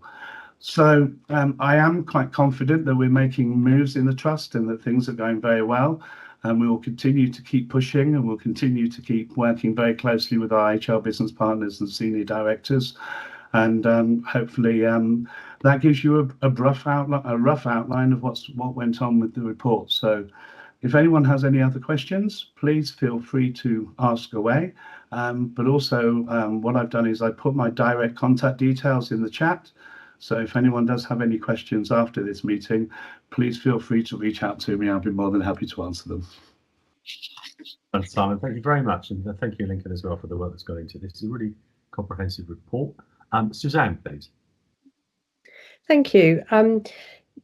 One of the things that you said I thought was very interesting, which was about the numbers of issues that are raised with you in a trust where you're well embedded. Because when I looked at these data, I thought these numbers are actually quite low by comparison with other organisations that I work in, not mental health trusts. So I think there probably is some scope for people using the service more. But there's a kind of flip side to that as well. And I wanted to ask you a question about the tables that are on page 92, which is why I use the Guardian service. And I note that people have said that they've raised concerns before, but nothing has happened. What I'm not clear about is what proportion of the people who are raising a concern with you have already tried to raise this concern that they're raising with you within the trust and have met with a brick wall, because I think that's very different from thinking, well, it hasn't been dealt with very well in the past on some other issue, or my friends have told me that they haven't really got anywhere with it. And, you know, from someone who's actually already tried to do it internally. And then if you don't mind, there's a kind of additional question onto that, is that what insight do we have as a trust about how many concerns are being raised internally and are receiving an adequate response internally?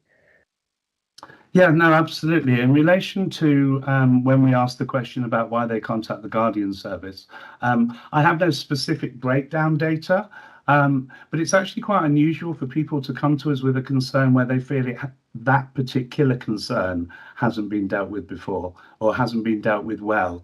It tends to be that they bring a new concern, and their perception is that when they've spoken, as you said, to colleagues or other people, that a particular concern hasn't been dealt with very well, or they don't feel it's going to be listened to. It's definitely more of a perception than an actual reason why they've contacted us, because they've done something. Part of the protocols is that we are an informal service, and if a particular concern has already been raised on a formal basis, we have to respect the trust's procedures in that. So we offer just emotional support. So when something is brought to us as a concern, it won't have been raised on a formal level. So we will obviously try and mitigate it going to a formal level and be able to offer numerous amounts of different options as to how we can help that individual. But I haven't personally come across a concern that had already been raised to a certain level and then they come to the Guardian service. That doesn't necessarily work that way. Could you remind me what your second question was again? Sorry, Well, it's just about really trying to understand the culture of speaking up that we have. And so I know that, you know, we've obviously got our formal processes and we can count ourselves how many people are going through formal processes.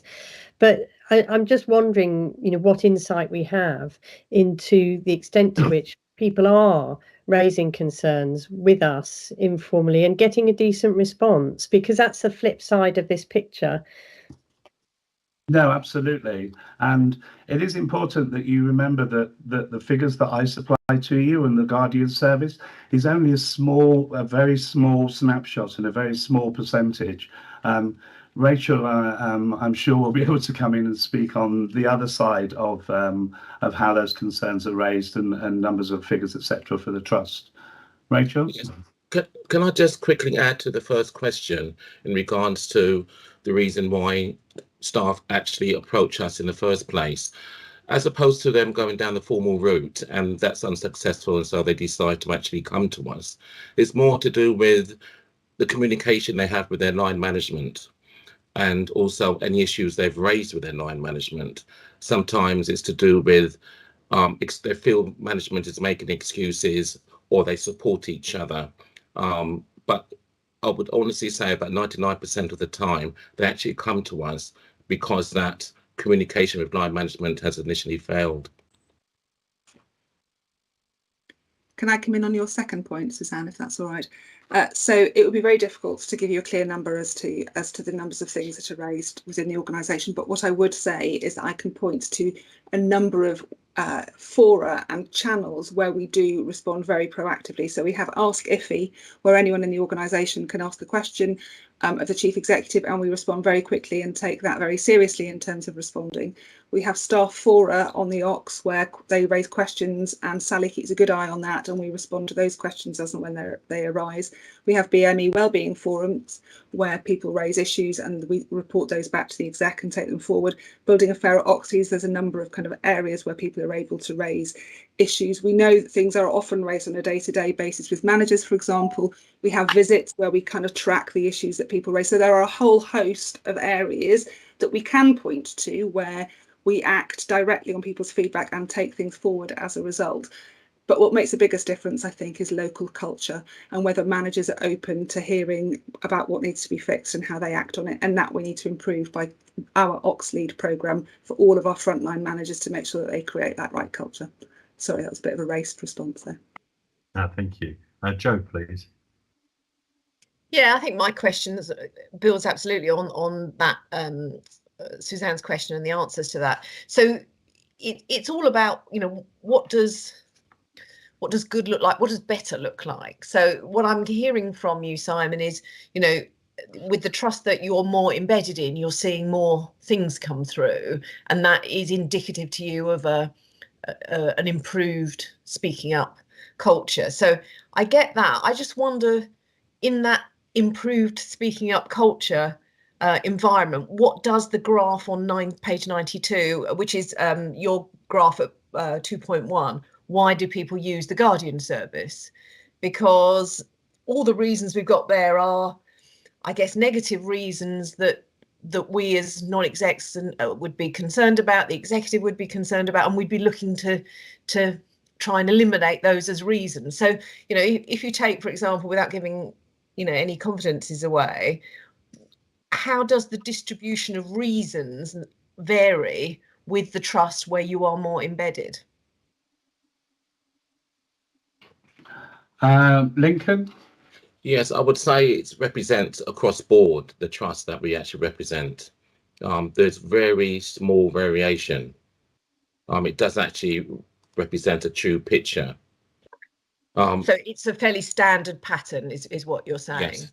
That's Yes, sort of it is. More to those two reasons on the right. Lovely, thank you. Yeah, it's definitely not a unique breakdown for Oxleas, Joe. Completely, it's very much, as Lincoln said, it is something that is a similar pattern and a similar percentages across a lot of the trusts that we deal with at the Guardian service. Thank you, Stephen, please. Yeah, thanks, Andy, and thanks, Simon, Lincoln, and Rachel. Yeah, certainly the feedback on board visits that I've made, and probably other NEDs, is that the system works really well in terms of both accessibility and trust. I wasn't sure, I know it's still relatively early days, and I wasn't sure from your report, have we got any feedback from complainants where their matter has been closed? In other words, are they left feeling happy, unhappy, annoyed, or whatever? Or are we capturing that feedback going forward? And the only reason I ask is just certainly in other organisations with similar systems, sometimes, you know, the complainant has been left very frustrated when, in fact, the matter hasn't been dealt with very satisfactorily. So have you got any feedback on it, and are we capturing that going forward in closed cases? Yes, if I can come into that very quickly, Simon. That's quite a good question. What we try and do is actually manage their expectations right from the outset when we have the initial conversations around their concerned. Throughout the process of keeping them in touch or progress, we again manage their concerns to ensure that the trusts are following the process, they're investigating, they looking into the facts as to why this or that happened. And as the process goes along, what we do, if we feel that it's not going to be the answer that they want, then in actual fact, the investigation was done correctly, the outcome wasn't what they expected, hence their expectation that what they initially wanted is not there, but they're not surprised by it. I hope that helps. Thank you. Iffy, please.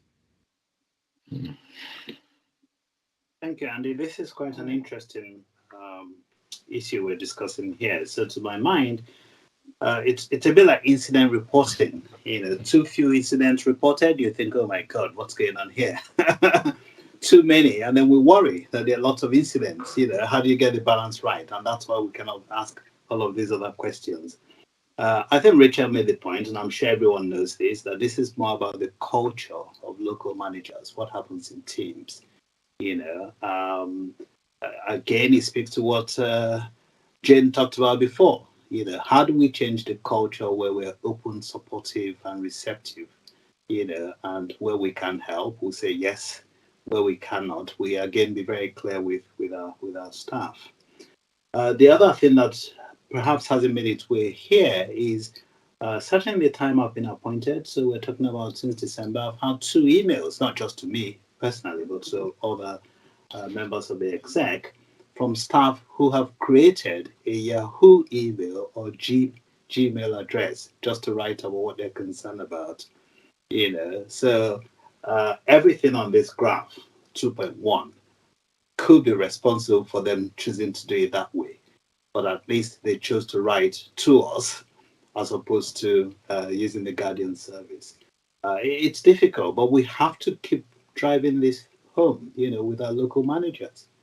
It's about the skills they have. I have said before that one day you're a Band 6 staff, for example, next day you become a local manager. And the assumption is that because you're clinically competent, you're now suddenly competent at managing people and all the other challenges that's thrust on you. You know, hence the leadership program. But it's stuff that we need to keep looking at and keep working on. Thank you, Iffy. Yemisi, please. Thanks, Chair. And thanks, Simon and Lincoln, for the report. I think my quick question is, can you reassure us or assure us that as an organisation, every level, that we are working in partnership with the Guardian service so that we are seeing maximum output for this, you know, compared with work that you do with other trusts? Because it would be a shame if you are getting restricted by trying to solve issues, or our HR departments aren't working with you the way they should, or the recommendations that you're putting forward to us were not completing to your level of satisfaction. I think it would be good to get a sense of how well we are engaging with this, in your opinion. Thanks. No, I very much appreciate that. And I can reassure you, I have regular meetings with HR business partners across all of the directorates, and with Rachel and with Debbie Clifford, who I work very closely with. And it's a very two-way street. Not only do I feel that I'm supported and I actually Any concerns that I raised are taken seriously, and I am advised very well on how that they can be dealt with, and they communicate regularly with me so that I can become that conduit between the person who's raised the concern and the trust themselves. Is there scope for improvement? There's always scope for improvement with everything. And Oxleas is quite a difficult trust in respect of, it's 137 satellite sites across a large area. So physically getting out is a bit difficult, and obviously knocking on prison doors is something that we can't do, though I have actually visited most of the prisons now. Thankfully, I've been able to get into them. So yeah, there is still work to do, obviously, getting the word out there and spreading the word. But I feel very much that the people that I am working closely with have a very good working relationship with them, and things are progressing very well. That's my sense, anyway. Really reassuring. Thank you, Jessica. Thank you, Simon and Lincoln. It's really powerful what you've said. I just wanted to check really whether the staff that come to your team are aware also of other services available within Oxleas to be able to resolve some of the issues that they'll be raising with you. Do you check that out? Because I'm aware that there is peer facilitation, which has proved to be very, very powerful, because you actually sit there and be able to address the situation, the issues with managers. And having been part of it, I felt that it's a really powerful tool to be able to tell the other person how you feel. And I have seen few changes when we've done it. No, thank you very much, Jessica. No, very much so. In fact, the core principle of when we initially deal with concerns is obviously we're initially there to listen. That's 90% of what we do. And by listening and formulating and working through the individual's concerns, the first thing we do is to outline all of the options that are available to them. It's not our role to ever tell anybody what to do. We're there to facilitate the process, and part of that is to make sure that they're aware of all of the different options that are available within the trust, including peer facilitation, etc. So we do outline all of those and give them the options and talk through what are the best options for them, and guide and signpost them to the right locations. Sometimes they may feel they don't want to go down that path, and they'll come back and they'll wish to even do facilitating meetings with guardians, which is something that we do. But yes, we definitely make sure they're aware that all those options are available to them. Sue, please.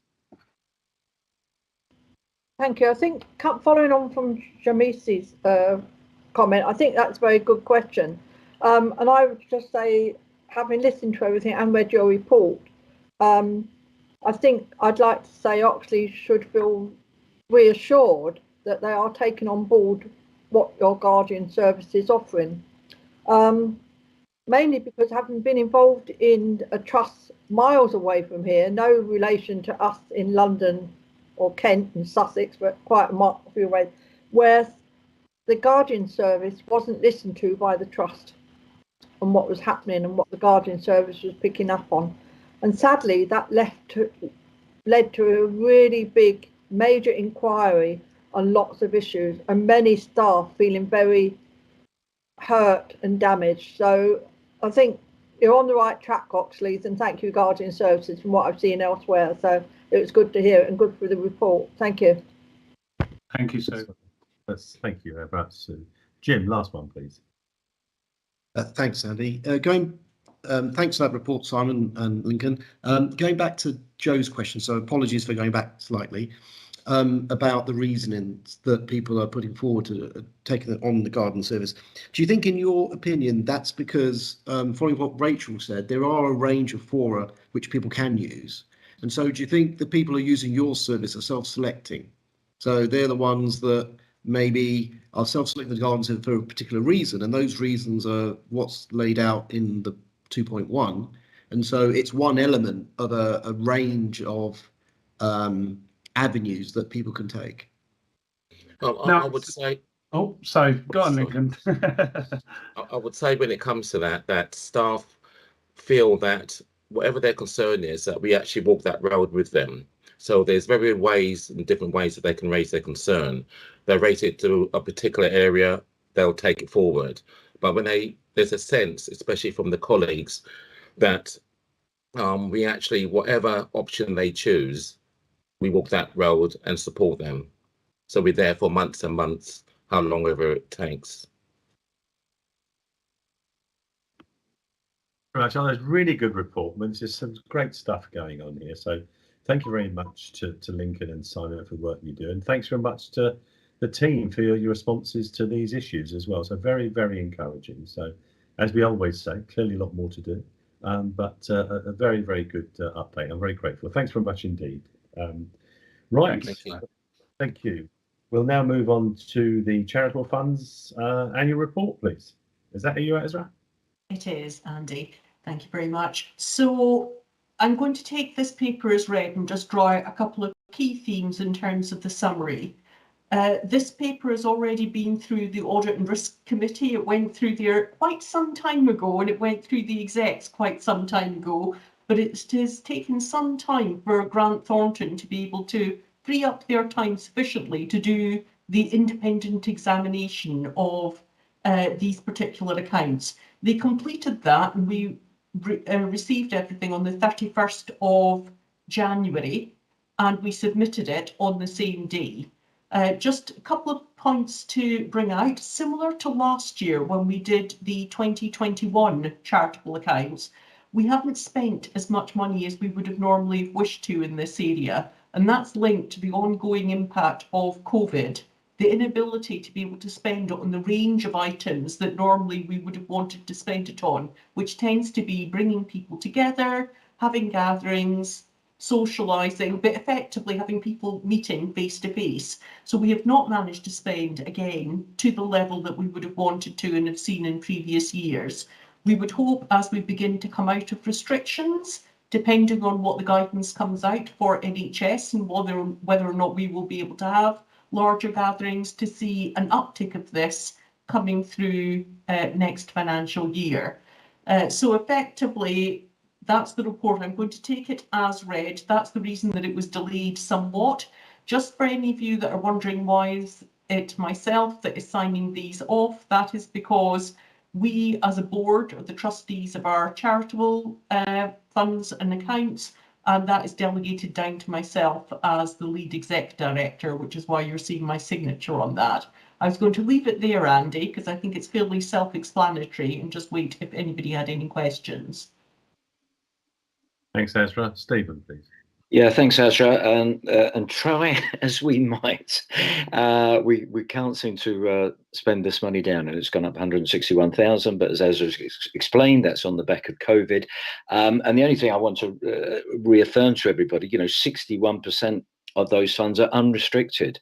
So certainly, as we move out of the COVID restrictions, there's a lot of possibilities for staff and executive to apply for funds here, and particularly I know you mentioned social things, Azra, but I think certainly for items such as training or new ways of doing things. But the fact that so much of it is unrestricted, 61 unrestricted, 39% restricted, there's a lot of opportunity there. So we need to, as we move into this new freer period, certainly be getting back out and communicating to all the staff about the opportunities we've got there. Thanks, Stephen. Nina, please. Thanks, Chair. Just to state the conflict of interest, which is already on the register of interest in terms of my charity commission role, but my substantive point was more around, are we being, and I understand the COVID restrictions, but are we being as creative as we can be in using this now 600,000 of charitable funds that we have? And are there perhaps examples that we can draw on from whether it's neighbouring trusts or others in different parts of the country? Because it just strikes me that the broader society has had a much bigger call on charitable funds in recent years, and we've built up this fantastic pot, but we haven't used it to the extent that we might. And I just wanted to gently challenge on whether we really are being as creative as we think we could be to support staff and others for whom these funds are intended. Thank you. That's an interesting one about restricted and unrestricted as well, and how rigid that is. Joe, please. Thanks. It was just in relation to my question in the chat. Is it a 10-month deadline for filing these accounts?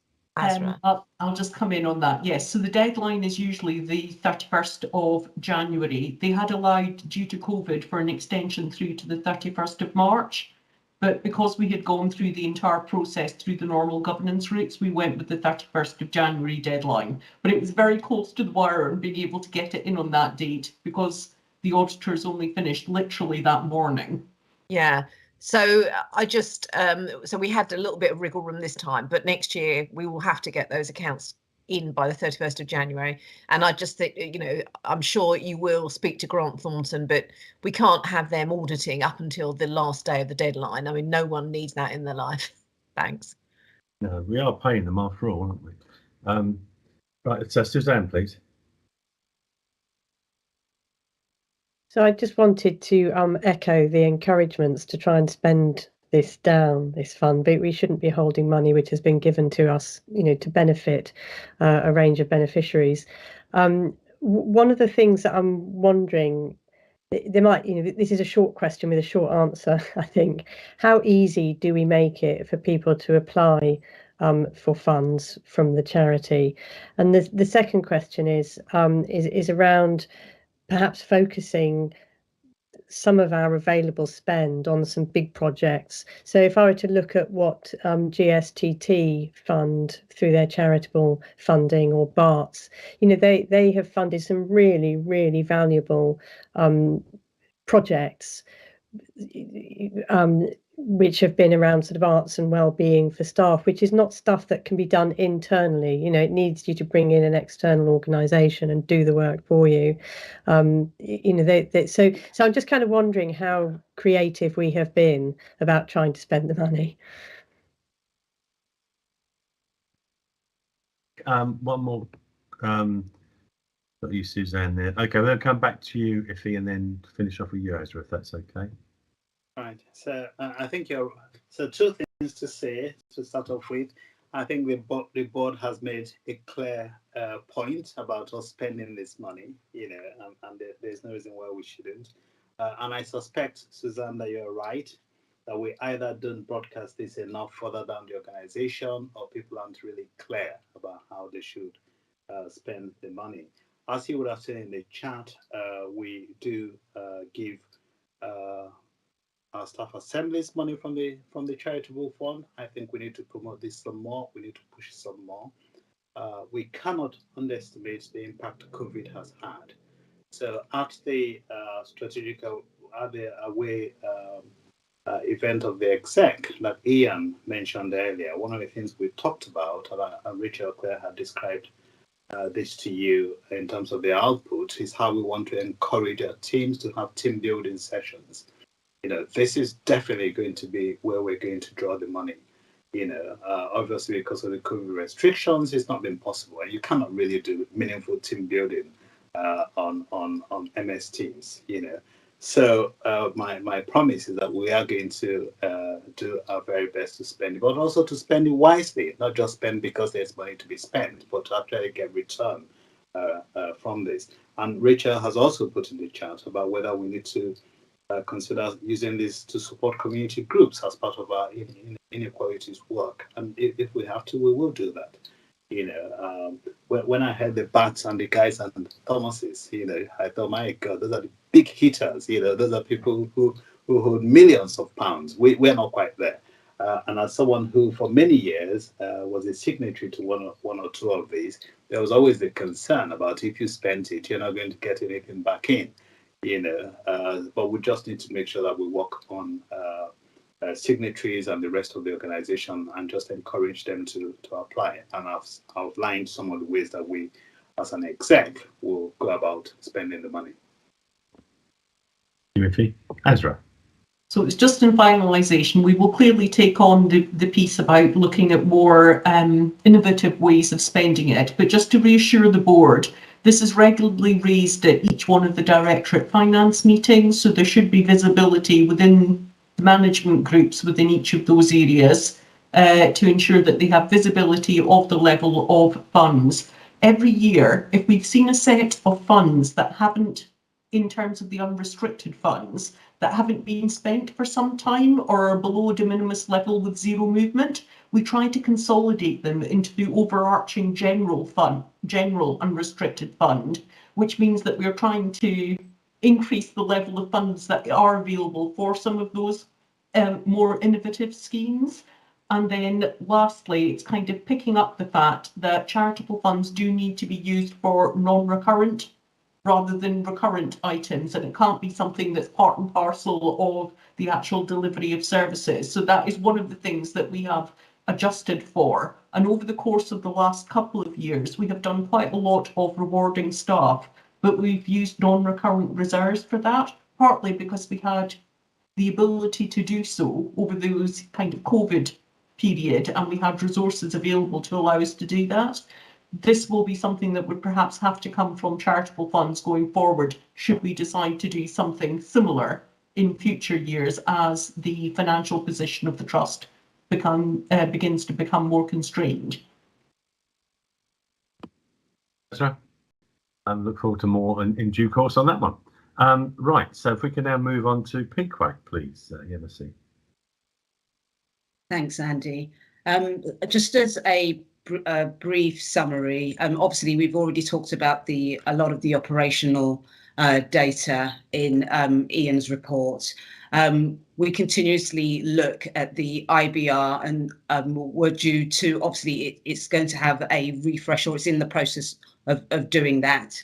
And the team are working very closely with Vicky's team to ensure that it's not just a digital update, but it also includes the quality aspect as well, and it's integrated with the quality management framework system that we are developing, and also the restructure of the directorates. I think it is important to say that one of the things that we've picked up in PQAC over the last couple of months has been the benefits of the restructure from going from borough into services, because it's allowed staff to see things with fresh eyes. So therefore there are matrix that have been reclassified or regrouped in certain ways and are maybe not hitting targets, but we are, staff are now focused on those. I think another part of the committee's work over the last couple of months has actually been an intense focus on the HMP Wandsworth recovery plan. We've had Lawrence come to us each month to give us an update, and we've spent quality time going through that and actually analysing what's been done and the benefits of it, and what action plans and the time scales, and CQC coming back and doing their re-inspections. So that's taking up a significant part of the committee's time, but it's been really beneficial because we have been able to gain that sense of assurance.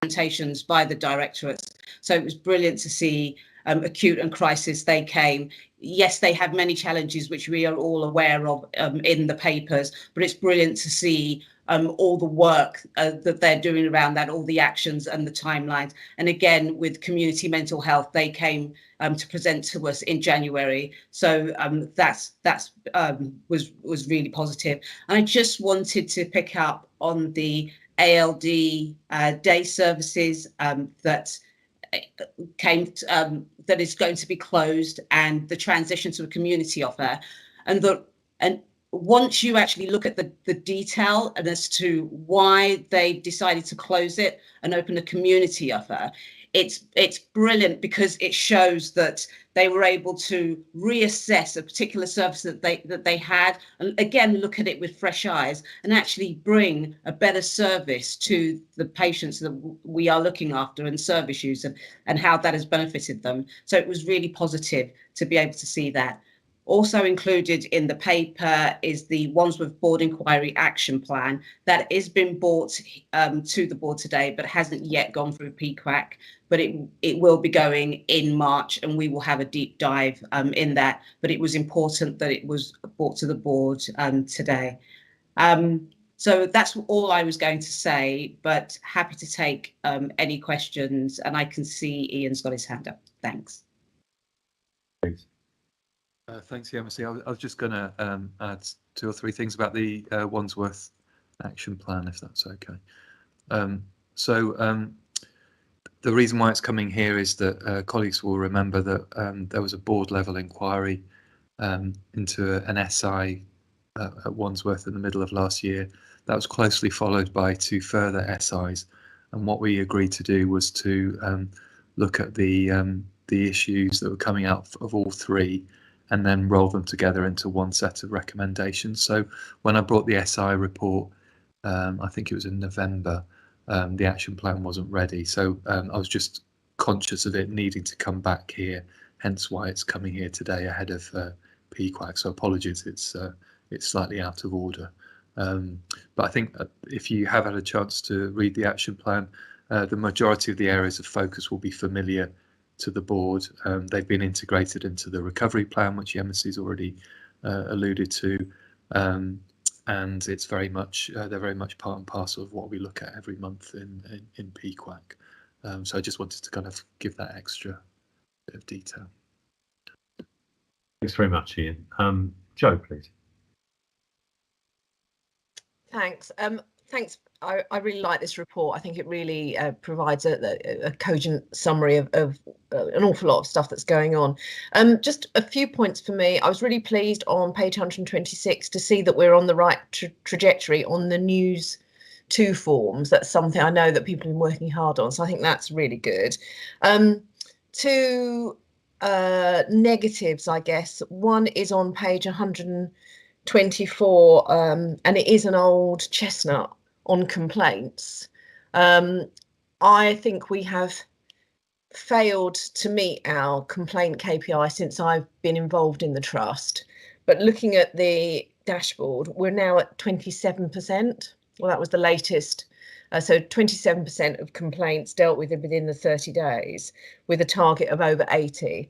And I know we've got groups on this, but we've had groups in the past. And I just wonder how high up our list of our priorities are, you know, for a genuine question, because we've got lots of other stuff we are doing, and how realistic is it that we're going to be able to impact on that. And the other point I wanted to raise was on page 127 of the pack, and I was disappointed to see the increase in risk about the non-compliance with the resuscitation bag audits. I know that originally came out of an SI, and I think linked to some other issues, we appointed a resuscitation officer, and you know, that to me is a pretty big thing that we're not getting that right. And certainly if that gets picked up by CQC, my understanding is that is not good. Iffy, please. I just want to comment on the complaints, Joe, and Neil may want to come in, and I'm not sure if Jane would like to speak to the resource bag, because I was quite worried about that myself. So the complaints, you're absolutely right. It's been an issue for as far back as any of us can remember. And in fact, I have at least 2 weekly, sometimes weekly meetings with the complaints team. Neil and I join that. And what you hear is staff are busy, and sometimes some staff who are allocated are away. And so the focus of my attention in the last month or 2 has been about making sure that the complainant is involved throughout the process.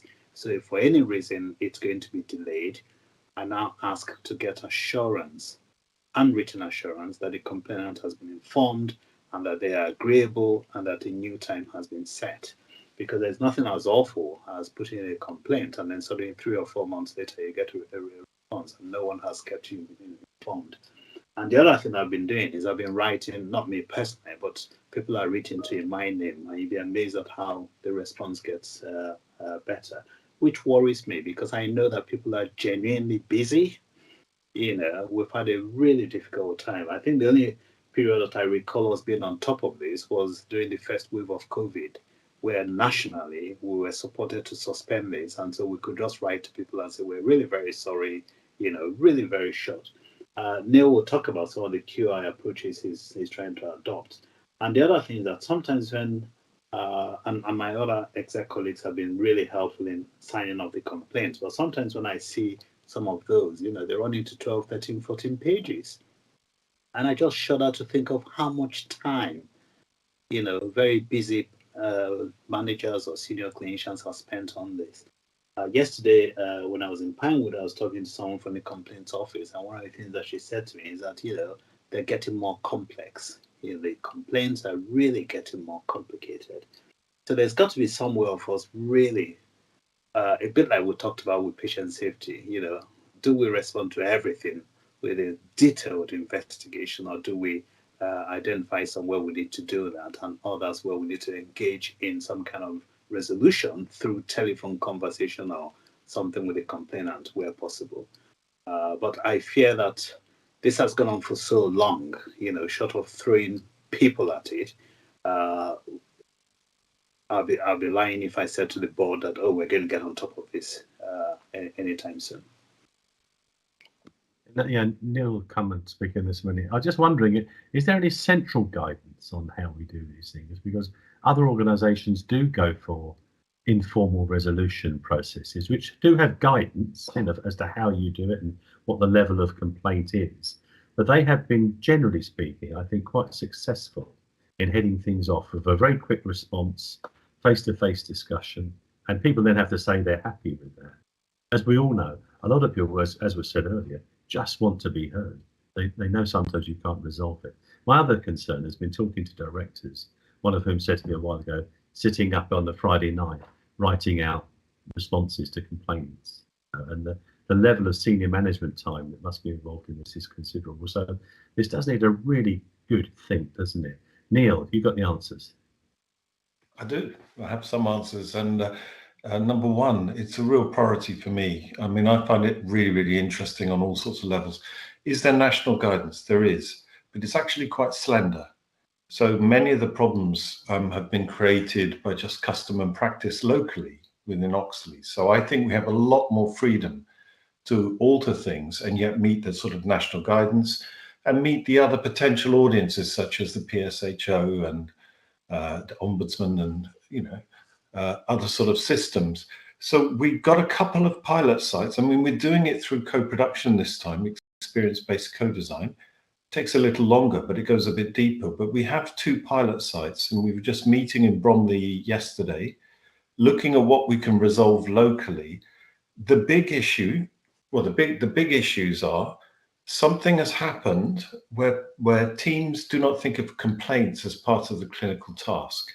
They see it as something on top of the clinical task. So philosophically, we've had some drift there that we need to get hold of. My view is that they're absolutely part of the clinical task, and we need to see them in that context, that it's about communication and resolving distress. So we've got a cultural piece there, and I think leadership is going to be key. The other is that when we start to resolve things locally, we still have to provide assurance to the board and learning much more widely. So we've got a double hander that we need to get, because obviously there could be risks if we just resolve everything locally and it goes away. That could be, we'd be losing some important intelligence about what's happening on the teams. But I'm convinced there are much, much lighter touch ways of providing that assurance and intelligence than we're doing. Somebody once commented that at the moment, I think clinicians feel that they're writing to the Ombudsman rather than to the complainant. And actually there's a lot of fear in the system. So it comes into building block 3. So I'm really focused on this right now. We'll be developing some patient films. It'll be very interesting to bring those back about people who've complained and develop a new training. So for me, it's a very big focus, but the main thing is to get it seen as part of the clinical task not something on top of the clinical task. Yes, thanks very much, Neil. Jane, please.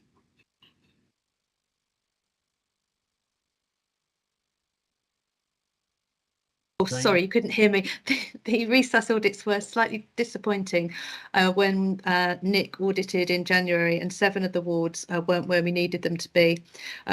3 of those wards have made significant improvements. 2 of those wards are now excellent and green, and 2 remain red. So we're doing some very close work with the wards to make sure that they understand that this is a must do. This afternoon we've got a ward managers meeting, and we're inviting some of the areas like Eltham Community that have made significant improvements and basically gone from red to green, have done fantastic displays on their ward around all the different equipment, what it looks like, when to check it, the processes. So there is some really good work going on, but we do need to get those last remaining wards back to green, because this must be absolutely safe at all times. We don't want to be having to, being in situations where people haven't got safe resus equipment. So Nick is focusing on this, and we're hoping that we can get the improvements through the sharing of the best practice, but we'll continue auditing and it will remain a priority. Thank you, Jane. Yemisi, please. Thanks, Andy. And Joe, again, in response to the risk about resuscitation, again, to put a bit context around it, it just shows how well some of our other structures are working, the fact that it was picked up via the audit, via the improving lives. And the reason why the committee agreed that we would escalate it is because it is something that we can't tolerate. It's something that we have to sort out. We've put a lot of investment into this. It's also part of our CQC must-dos, and we need to keep this at the forefront of everybody's mind, because it's unacceptable. So that was another one of the reasons why we agreed to escalate this. So yeah, just to put that in context for you. Thank you. Stephen, please. Yeah, thanks, Andy. Just on the timing of the data that we get on the IPR. So, we're looking at figures as at the end of January, understandably, because the end of February was Monday. So I realise you couldn't have got those figures in time. But I'd be interested from the executive perspective. Does that place us at any disadvantage as NEDs? The fact that the data we're looking at there is a month out of date. My guess is it doesn't, but I'd like your assurance on that. Or do you feel that there's certain things we really do need some more up to date data? And then the second link to that is on the project for that's laid out their phase 1, 2, and 3 on sort of looking at the IPR and data provision. It'd be good the more live data that we could get. I'm pretty sure, Ian, you've quoted live data before on bed management, but I think the more of that we can get, the better, that you could be bringing to the board, so that we get a better handle on what's happening currently. Because, as I say, otherwise we're consistently looking at data that may be incorrect, basically. So 2 things here, really. Some assurance, hopefully, that the fact it's end of January data is okay, and that you will alert us to any issues. I'm sure you would. And secondly, do you see us going forward as a result of this dashboard project having a lot more live data available? And Alison wants to come in. Perhaps you can answer that one, if that's okay. Thanks, Andy. In terms of the first question about is it, should we be seeing live data? I think actually what's important is seeing that trend data over time. So I think that's first, probably the most important point. But secondly, as we develop these dashboards, we will be developing dashboards with more real-time data over time. So quality information related to clinical systems, the dashboards that teams have is live data from the previous day. And we'll be building that up to provide the PQAC and the PEG dashboards, etc., with real-time data that will be available to staff. I don't necessarily think we'd necessarily bring that to the meeting, but it will be available in a more real-time basis. And I know there have been some discussions about bed management, and there are some ideas about how we could provide more real-time data in the future. Alison. At the risk of filling up our next away day, I was wondering if we can do something on it there, because looking at the IBR, I mean, remember the good old days when at this meeting we'd go through in fine detail your performance reports and start looking at supervision rates. Clearly, we've moved on from that, but I think we need some reassurance that this is being dealt with at whatever appropriate level it is. I think we'd like to see, what everyone else is getting on their data, on their dashboards. What you use for your operational meetings, for exec meetings, etc. So would it be appropriate for part of our away day to be looking at how this is progressing? I just want to make sure we're discharging our functions as a board to oversee performance of the trust, but also to ensure that the subcommittees have got what they need and that you've got what you need and the directorates have. And it'd be really interesting for, I think, for those of us who are not directly involved, to have more of an understanding of how this is progressing. Would that be okay?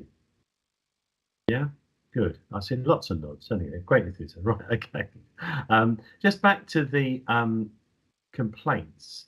I was making the point about, and Neil has said that there's not much central guidance, which is actually probably quite a plus, isn't it? So it means we might have room for manoeuvre on here, and I'm sure you are, Neil, with colleagues looking at imaginative ways of dealing with this. And there are good examples and some bad from other organisations about how one can deal with this and how one can perhaps take some outside guidance. You mentioned throwing money or people at it, Iffy. I think everything needs more money, but maybe this is something we need to think about as to, even if it's for short term, just maybe a completely different look at how complaints are dealt with. You start to think about hit teams who've got to know what they're talking about, but perhaps getting out there and reacting really quickly to complaints within certain guidelines, and that might include complaints and comments that we touched on right at the beginning on things like social media. But I'd like to hear a bit more about the opportunities to take the burden off the staff on this one and deal with the complaints in a proper, swift way. Suzanne, please. Thank you.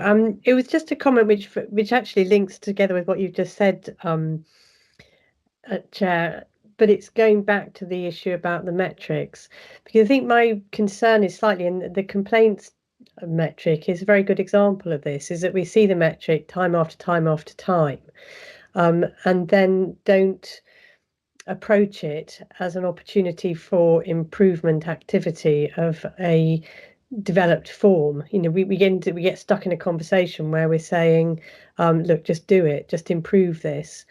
And what I would really value, if we are going to have a discussion about this at the away day, is how we approach our metrics as the starting point of an improvement process. And sometimes the improvement can be very straightforward, but other times we need to recognise that we've got a really complex or vicious problem that is going to take longer to resolve. And I think we then need to kind of maintain a steadiness of purpose around that as a board, because Neil is I think trying to do something that is going to take time but will help us to resolve a very long-standing problem. And the temptation for us as a board is always to say, why hasn't this already been sorted? So I think it'd be really good if we could look at these metrics alongside a question, how are we going to really productively use these? I think it's really good counsel. And so there'll be lots of examples, not only within the NHS, but without the NHS. Loads of organisations get complaints, don't they? There are loads of different ways of dealing with these things, but it has been as you say, quite a wicked problem for some considerable time. Okay, anything else on PQAC? If not, thanks ever so much. Huge agenda that goes into that. I'm very grateful for all the work that the MSC and all of the team do in that. We'll move on to the next one, please. Business Committee, Jo, please. Thank you. So if I just make a few comments. So finances for the year remain on track, and I think we can see our way to get there. As it's noted here, a number of sort of areas of funding where we're deferring, and we're talking to system colleagues about the best way to do that. We had an update on Wandsworth, where we are taking over the mental health services. Obviously, you've seen the action plan there, and that's quite closely tied in. We also had an update on the Kent mobilisation as well, which we found useful. Also an update on the ICS recovery plan as well, where we've had PA consultants coming in to support the ICS. So we saw the outline plan. I think the concerns from members at the committee was to make sure that all the trusts were equally engaged in that plan, because as we know, a number of our the trusts in South East London have some quite big challenges, bigger than ours, and which have proved quite intractable in the past. So ensuring that they are as engaged as us on that, I think it's important. And then the other thing, and Azra, I'm sure you'll add to this, is getting ready for next year. So the operational planning for next year, which when we met at business committee was still an awful lot going on. You can see in the paper there's a really helpful governance timetable that sort of gets us over the line. But Azra, do you want to pick that up, and anything else? Thanks, Jill. So I think really it's in terms of the high-level draft plan that we've got on page 159 of the pack, which draws together the key themes that we're effectively looking at for 2022-23. You can see what we've laid out here is the recurrent position and then some of the mitigations to what is actually a built up. If we had no vacancies and we fully employed up to the level that we've effectively got within our budgets to employ, we would have a £20 million recurrent deficit at this moment in time. And you can see the figures in red on that page are how we would effectively say we would try to mitigate against that, of which the biggest chunk is the 6.26, which is the COVID and system top-up monies that we receive, which are non-recurrent in nature. So we've highlighted a couple of other areas, including the fact that we think we will not be able to fully recruit to all of those positions, and the fact that we need to find about a 1.53% SIP target that needs to be fulfilled during the course of next year. We haven't finished these plans, and that's the reason that the governance section has been laid out as it has been. We're still working through and landing some of the figures. So what we've articulated is the various executive meetings that the various iterations of the plan will be taken, and the fact that we'd like the board to delegate the final sign-off of both the draft and the final plan to the business committee. So that was one of the bits that we really wanted to land at this meeting, but I'm happy to take questions on that because I recognise I've landed quite a bit of information there. Just to say that from the last business committee, the main movement that we've had is we had an opportunity of actually taking this through the financial sustainability group. And there were a couple of items that came through that, which are reflected in the pack and that particular slide that I just mentioned previously. I wasn't going to say anything more than that, Joe, unless there was anything else you wanted to add.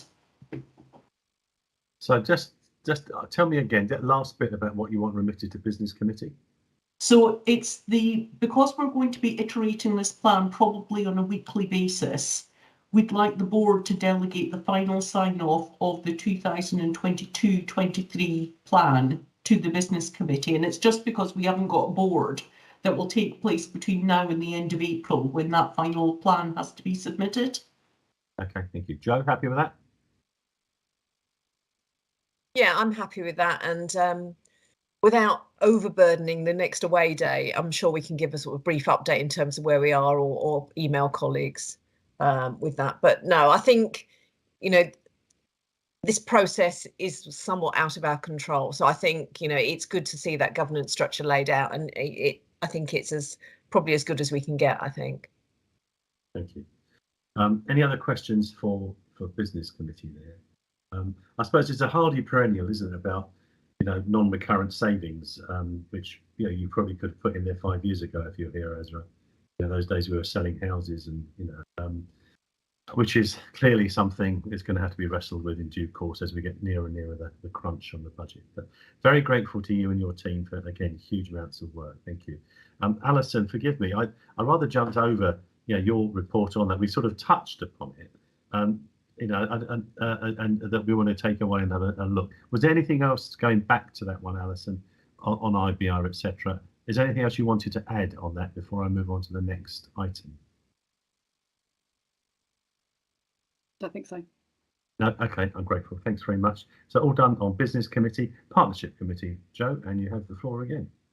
Yeah, sorry. So you can see the sort of the brief areas that we covered at our last Partnership Committee. So we had colleagues from Bromley come in talking about the structure there. That's the second locality update we've had. We've also had colleagues from Bexley come in.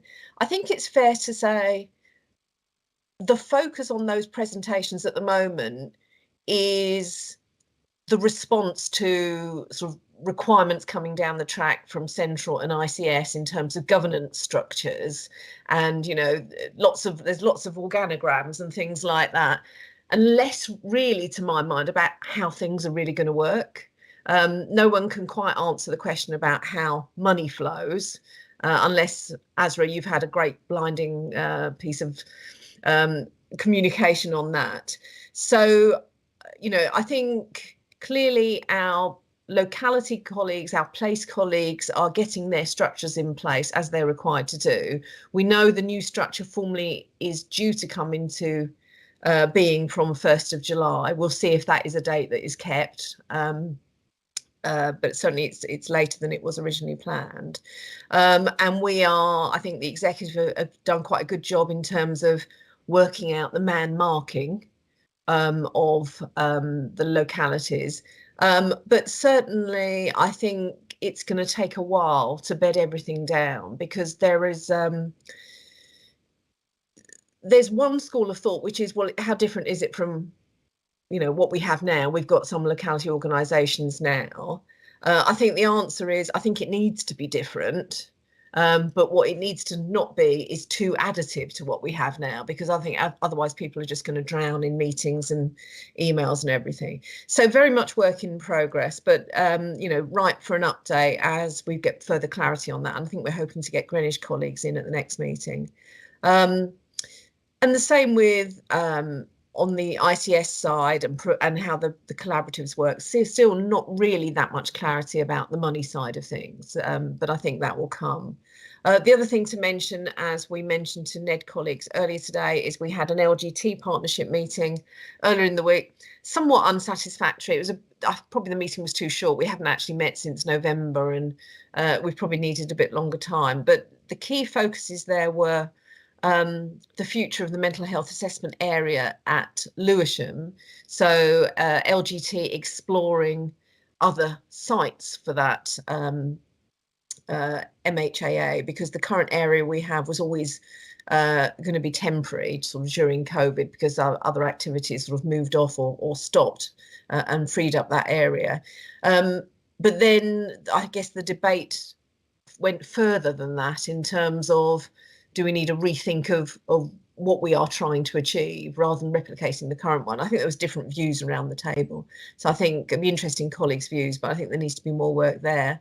The second was an update on Home First from Robert Shaw, and in particular, what might be developed in our area of operation as a community diagnostic centre. So again, some interesting options there. Which if people want to know more about, it'd be quite useful to maybe have a separate session or a separate update on that. So definitely quite a lot happening there as well. And just to mention on that, and if we didn't mention at the meeting, but I know when we did our recent community physical health board visit, so we went to visit the TB team, which is a fascinating team. Fascinating, incredibly content team, other than a few issues, but it's a great example of a team that actually works really quite closely with LGT. And you could identify just from that meeting some opportunities just to get them to work a little bit more closely together. So consultant arrangements have changed at LGT, and rather than us working closely with LGT to work out how best to sort of reconfigure services to accommodate those, what they're left with is quite a potentially big reduction in clinics, for example. So I still think there are quite a few things we need on the LGT agenda going forward, and probably need a pre-meet before the next meeting. Anyway, that's all I was going to talk about for partnership. Thank you, Joe. Any questions for Joe? Ian, please. Yeah, thanks, Joe. I mean, I was reflecting on the meeting with Lewisham and Greenwich. If I'm honest, I found it an extremely frustrating meeting. I think what I found disappointing was the two organisations had been building to the discussion around the paper which Sandra presented, and it's really been very much about building on the successes of the Mental Health Assessment Suite, because it has been successful. And you know, relationships are much better on the ground. Breaches are down, no matter what anecdotes people might say. And yet what I heard really was kind of the view of the senior leadership team at Lewisham and Greenwich that mental health doesn't really have a place in ED. And I found that very disappointing, if I'm honest. And I think it, whilst everybody would agree that we want to try and find ways of meeting people's mental health needs in different ways, there will always be mental health traffic in ED, and we need to make it a decent environment for people. Yeah, I think a pre-meet before the next one would be very helpful. Thank you. Stephen, please. I'm fascinated by that. Joe did give us a briefing beforehand, Ian, but I just found that comment amazing that you've just relayed. What's the background to that, briefly? I'm not sure, to be honest, because it was a view that came as of some surprise to me. It was in the context, I think, of both organisations should challenge ourselves about what the best model is. But I think the point I'm trying to make is that we have an ongoing conversation. We had plans in place, and it just felt like it was sort of came out of left field a bit. Yeah. And, I'm not sure. I'm sure it's something that Iffy will probably pick up in meetings that he has. Keep us informed. Yeah. Yeah, it's certainly something that I need to pick up outside of the meeting, because it did come from left field, particularly when I later learned that the presentation was something that had been worked on jointly, and that they had agreed, Ashley included, who is leading all of this work, had agreed with LGT that they need to go away and cost what this will mean, so that we can then come back and have that conversation about the capital, also the running costs. And as has been said, we didn't have enough time. We didn't have all the right people around the table to go into that. But it certainly felt as though we were going back again, from memory, 10, 15 years. I'm not sure that's what we necessarily want to do in this sector. Okay. Yeah, I mean, it's interesting. I had a discussion with other people on the call as well who didn't go away with quite such a pessimistic view. But I think the lessons for me from that one, as I've sent out an email, is the right prep, the right timings, getting papers done in time, and clearly pre-meets. We need to be on the same page operationally with our colleagues there, because we have made some really significant developments, I think, on that partnership, and I think we've got to build on that. And it was unfortunate. Obviously, Ashley was away, because I think she would have perhaps helped us a little bit with that discussion. But I think that it was the preparation perhaps that let us down on that one. But I don't want to avoid the fact that certainly senior colleagues at LGT have been, very complimentary about the developments between us and the operational cooperation on the ground, which is clearly a lot better than it was. Anything else on partnership? If not, we'll go into infrastructure, Jim, please. Thanks, Andy. It's my first infrastructure meeting, and yeah, it was quite a lot of information to go through. Quite a click. It was baptism by fire, I think. So the first one, the first topic was cyber security again and the cyber audit. If you remember, we went through this at the board, but it hadn't gone to infrastructure, so we went through infrastructure again. And the actions that are coming from that are that we're going to formalise a strategy and plan for the April infrastructure meeting, and we will be putting a regular agenda item on the infrastructure agenda for a report on cybersecurity, and we'll be bringing back a report back to the board in July.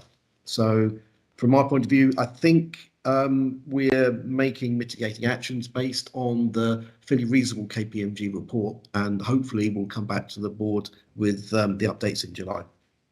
The next topic was we had a verbal update on partnerships, and then we moved into some of the capital programs. So we went through the capital program of month 10 and an update on the SCL ICS capital update. All went through. Most of these were for information purposes, and Azra also went through the draft capital guidance for 22 to 25. So that's now a forward plan, a 5-year forward plan that she's going to have to do, and we went through that for notification as well. One of the things that came out for me from left field a little bit was the changes to leases that we'll have to accommodate through IFRS 116. So I'm not an accountant, so I might have to give it back to Azra to actually explain. But from my sort of layman's point of view, the rule changes mean that we can't now expense our lease in the what I would call the P&L, or the input, the income and expenditure. So leases have to be capitalized, and in doing so, that means that we may incur an additional charge. So at the this financial and accounting move will actually affect us financially. And so we've decided to put this as a new risk on the infrastructure risk register, but it will drive us to look at where we lease and where we decide to buy.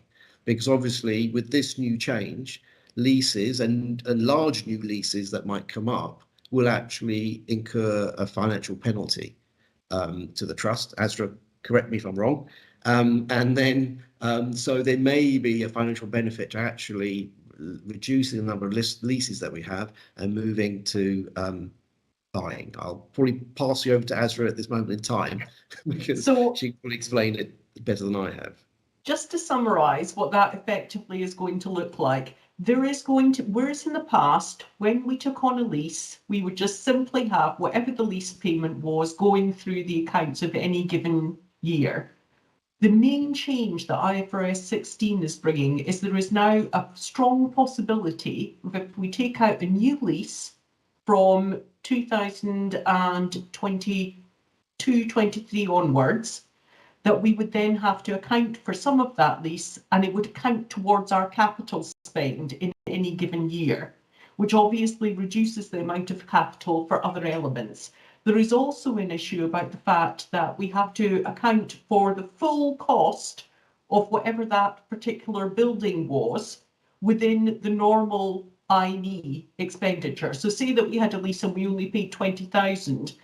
If we now had to bring that online, that figure could go up quite significantly. We're talking about, it's about £4.5 million of figures swapping between lines on the balance sheet. So it's very material now. And the reason that we've not flagged it up before now, because IFRS 16 has been bubbling along in the background, is additional guidance has come out from the NHS about how that should be treated. So I think we're going to have to look and review that through a number of other infrastructure meetings. And then what we will do is bring back plans. They won't impact on 2022-23 because the NHS centrally is going to take the hit for all of those existing leases coming on board. But going forward, we have to be really careful about now how we plan for our estate, about whether or not we want to do that via owned assets, making better use of our estate's footprint, or if we want to actually go out and buy or renew other leases. That's in summary what that's going to look like. But what I've tried to do and what Jim's tried to do is to break down quite a complicated issue into a couple of sentences. I'm more than happy to cover that off in another meeting if required. Thank you, Ezra. That's extremely helpful. So if I carry on, so basically we're going to put the risk on the risk register and monitor this as going forward. But as Ezra said, there would be some feedback into our estates plan and the balance between leasing and using our own properties or buying. So that's something that board, I think we should have a think about. Okay, then we went through the capital plan 22-23 and looking at the trust allocations and the basic different expenditure between estates, informatics and Queen Mary Hospital. So all those numbers have come through now, and looking at the planned expenditure going through to 2023, and again that was all approved. We then went through some capital items, and the capital items were Alison presented a business case for updating the wireless hardware and software across the trust. A number of options were presented, and at the committee we decided to go for the option to overhaul all of the equipment. The equipment's sort of quite old now, I think over 5 years old, and from my own personal point of view, the issue was that the equipment was not going to be supported with software patches going forward, which would be a cybersecurity risk. Yeah. So in order to mitigate that risk, again, Alison, feel free to come in, mitigate that risk, we've decided to spend, again, it's, to be honest, quite a significant sum of money, 800k, but to update that, and that will be running during the year. Stephen. No, keep going, Jim, or had you finished? Okay, so and then there was a single tender waiver, which I think we're going to be discussing in part 2, that came through, and that is for the resurfacing of roads on the Queen Mary estate, on the Queen Mary, QM estate. We did discuss why this was coming up quite late in the day, because it's a single tender waiver, but it did go through the infrastructure committee, and that was then approved. Again, quite a significant spend. I think towards the end, we went through the risk register, informatics update and estates update, and then finally we discussed the Queen Mary Hospital issue at infrastructure board.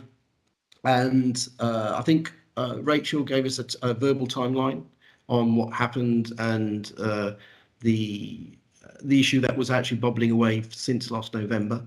The good news is it's been resolved now, but we've decided that we will go through a complete timeline of what happened, put a report together in time for the next infrastructure committee and present it there and have a full discussion and learnings and bring that back to the next board. I think that's really.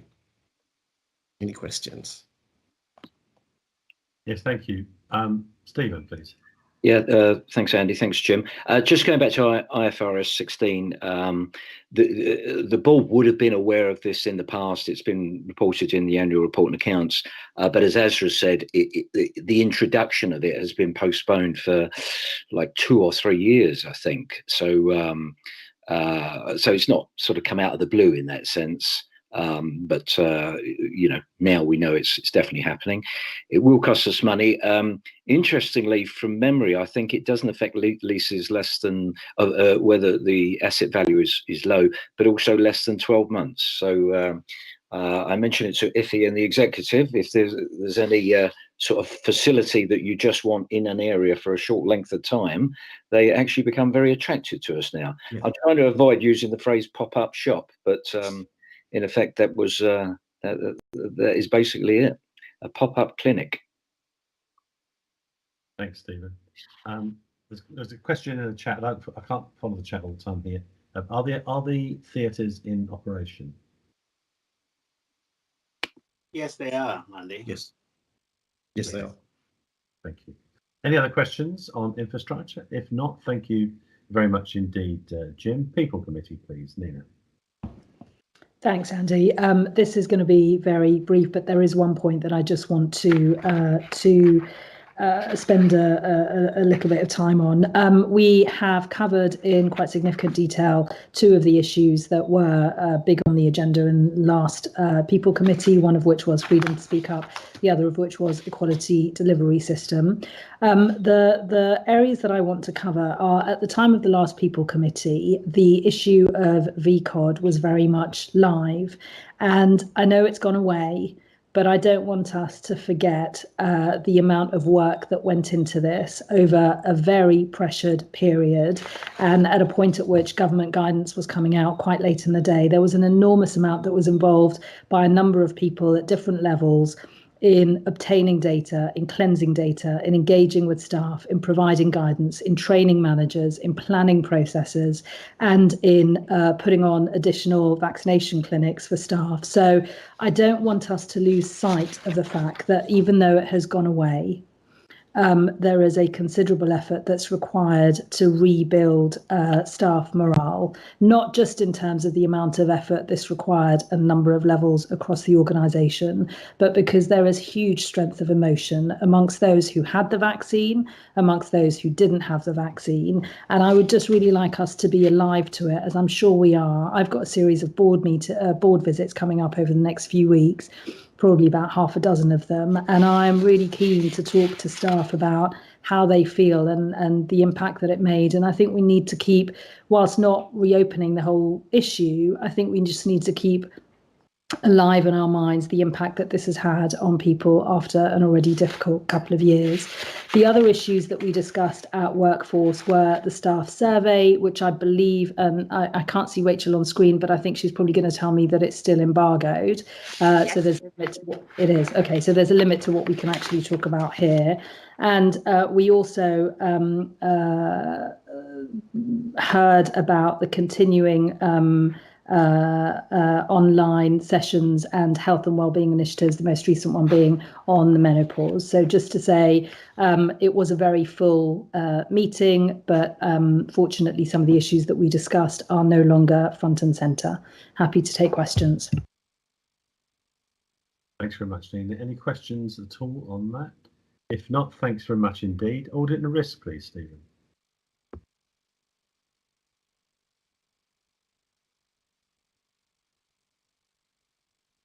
You're on mute. You're on mute. Second time, yeah. So like I started off as saying, like Nina, I should try and be relatively brief. First of all, we had two good internal audit reports on health and safety auditor and partnership working. And basically the reports we've had, you look back over a couple of years, have been of a pretty good standard, which is reflects, I think, well on us as an organisation. Local council, LCFS, which is the counter fraud specialist, seems strange, but as NEDs, we've always been complaining that we don't get enough referrals under this. We usually have 1, 2, 3, no more, never any more than that, and it's still at that level. But it was interesting, KPMG, we did get into a discussion with KPMG again on this point at the last meeting, and they said it's actually a reflection on your very good internal controls. So I think that reflects very well on the organisation, but particularly for Azra and her team, and also on the HR front for Rachel C. But it was very good to hear that from them. And basically, they said that's why we have such a very low level of referrals. Presentation on their risk register from the Health and Safety Oversight Committee. My key take on this was the very basic one that the committee was making a lot of progress in terms of making sure that everyone across the organisation, 4,000 staff, saw this as their responsibility. It wasn't a discrete responsibility that just sat within estates or wherever, or with 1 or 2 people. It was everyone's responsibility. Freedom to speak up. Well, I think we've discussed that pretty thoroughly today. It comes up before audit and risk because that's under our terms of reference to look at whistleblowing and freedom to speak up once a year, which is why it came up before us. And we very much covered all the points that were raised at our meeting. The key thing, though, this is my last point that I just want to mention, is actually something outside the meeting, but just something for us to take away and reflect upon. Sarah Ironmonger, who's our lead on Grant Thornton, and is moving on to, she's been promoted to move up to the to Liverpool and Manchester to handle audit. And I saw Sarah a couple of weeks back, and before she was departing, I just said to her, "What would be your final bit of advice for Oxleas?" And she said, "Well, Oxleas is a really good organisation. It's very well run, but the one thing I would advise you to keep a careful watch on was in terms of our prison service and programme, the expansion and governance of that service." So it wasn't. She wasn't saying you've got a problem here. She wasn't saying this is definitely going to be a problem at forthcoming audits, report and accounts. But nevertheless, it's what she saw as the one we should just keep a close watch on, and to make sure that we're not getting any overstretch, was my take, and that we had suitable and effective governance of that programme. So that was the extent of the conversation, but it was one of those things that as I walked away from the meeting and thought about it more and more, I thought it was a very powerful point she was making. And so I share it with you because it's certainly one that I think we will come back to. Thank you, Stephen. Happy to take your questions. Any questions for Stephen?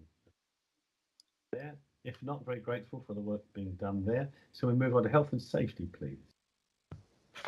Thanks, Chair. And there will continue to be some overlap between some of the things that Stephen has just touched on, but I will try and keep this brief. I just want to comment on how much I think we have achieved in terms of health and safety in a relatively short space of time. There is still a way to go, and I think everyone very much realises that.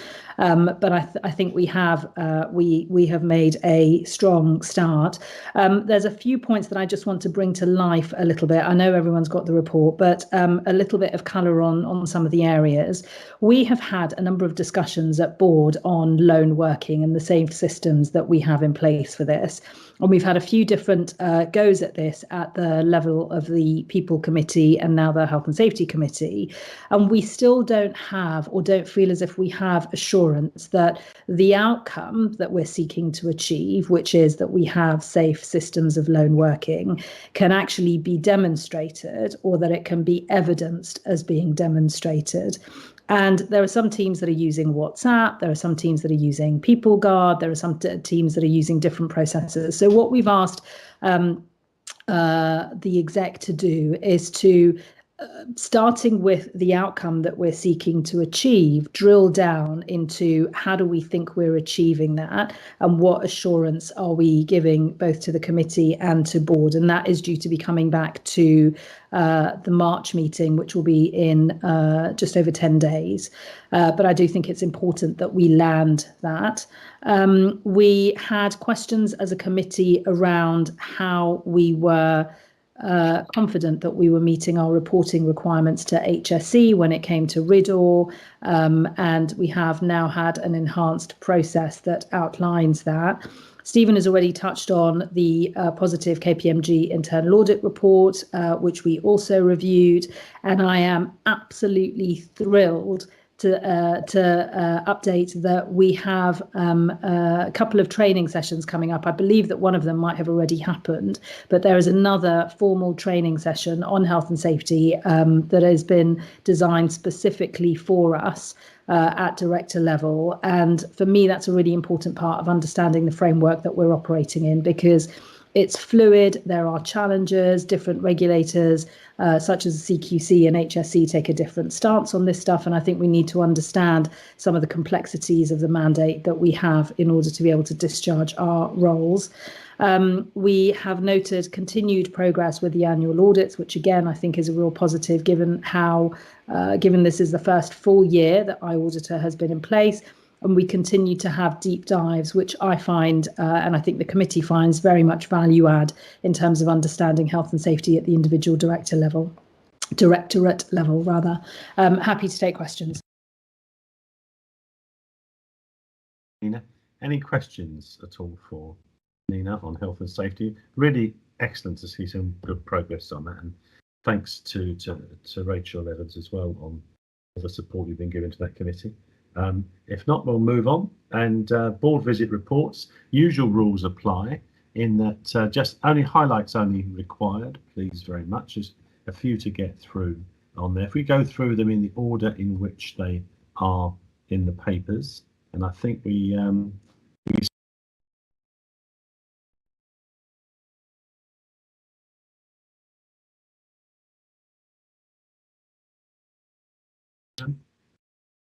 lost you there, Andy. Right, okay. Right, we're on board visits. Stephen, we start with you. No. Well, this is going to be a pain. Let's try this again. Can anyone hear me now? We can hear you now. We can hear you. But Stephen, Okay. we couldn't hear you. So it's all right.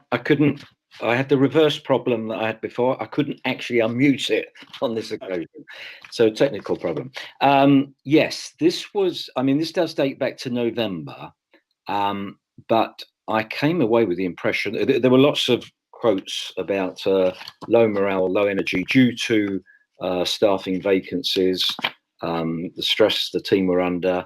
And basically, I came away in my notes. I wrote down this is a service on its knees.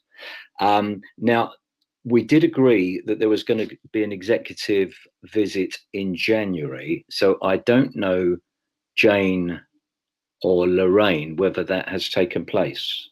If Jane or Lorraine are on the call, or Ian, perhaps could confirm that.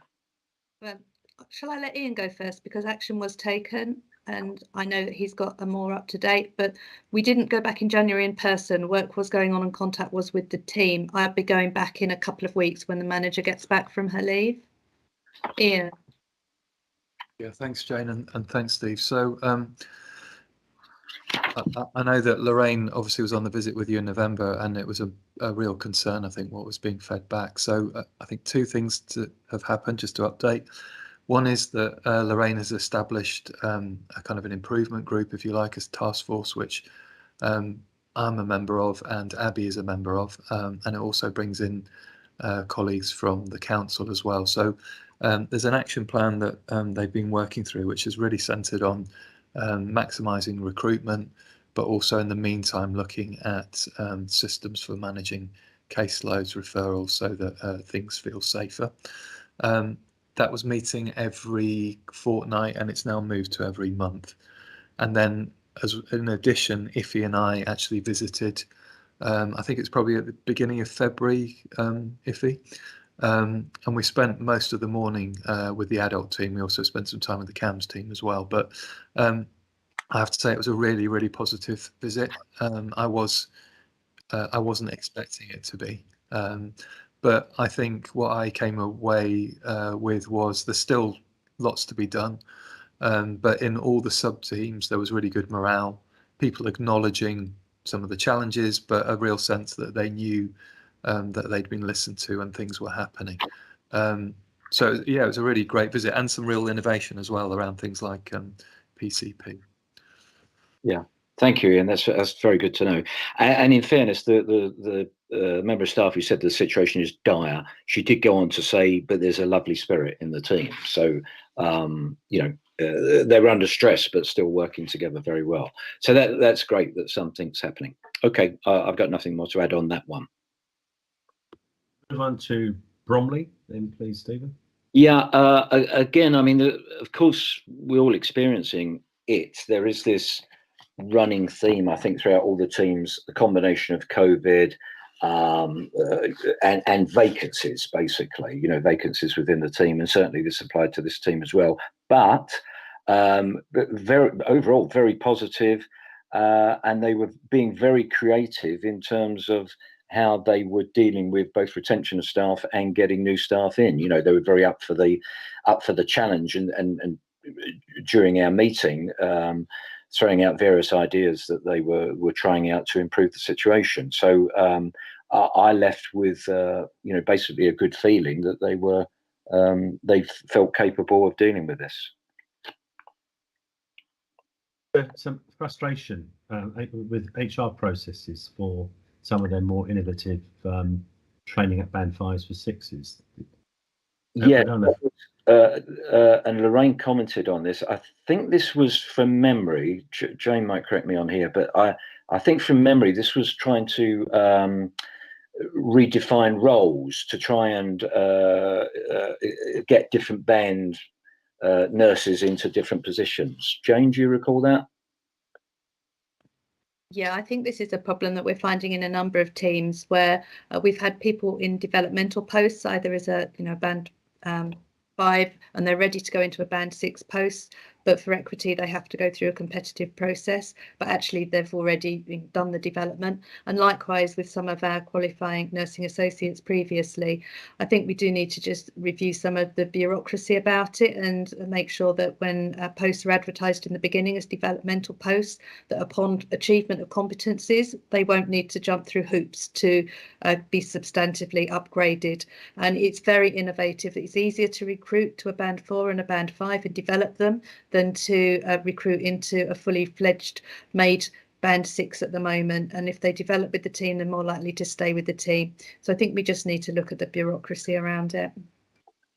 Yeah, that was really helpful, and we don't want to put more barriers in the way of some great ideas, do we? Yeah.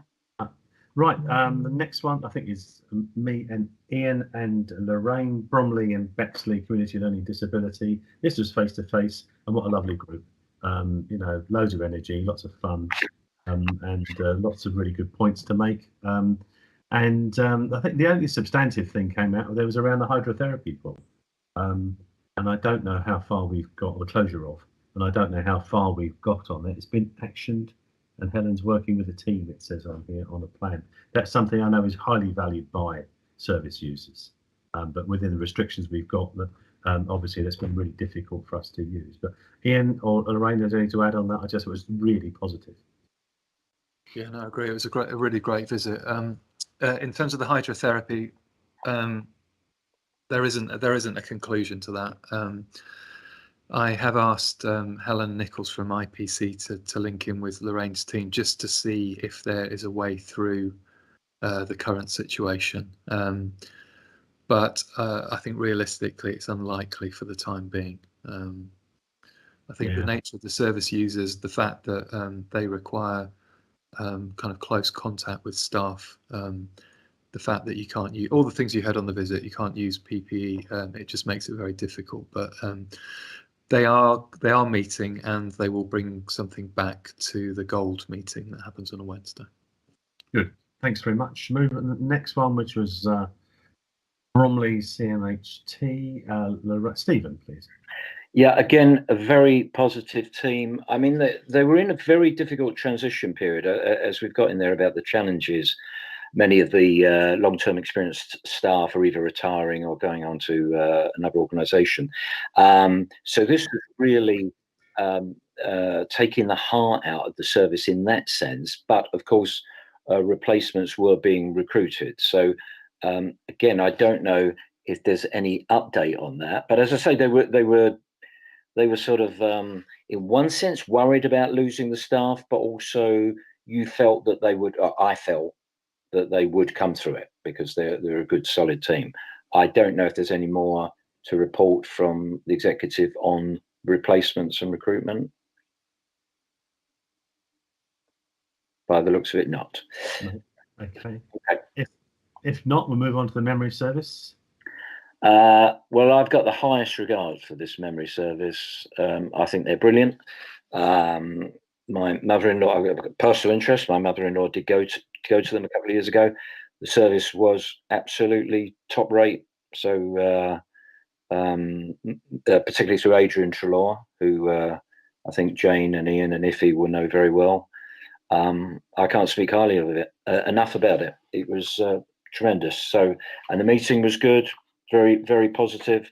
Of course, like everybody, they have had high demand on their services. But yeah, would recommend it to anyone. That's good. They're still in the same place in Bromley, are they? Yeah. Yeah. And yeah. I thought Adrian retired a couple of times, but anyway, but he's a brilliant actor. Yeah, I do keep hearing that he's on the edge of retirement, but he was certainly there when we visited. Well, I never miss him, and he's a very plain speaker. And oh yeah, absolutely, yes, yeah. I don't know what he's. I hasten to add, I don't know from a senior executive point of view. I don't know what he's like to work with him, but I can only tell you as a service user, he's excellent. I absolutely, totally agree. I must get back to see them again soon on that one.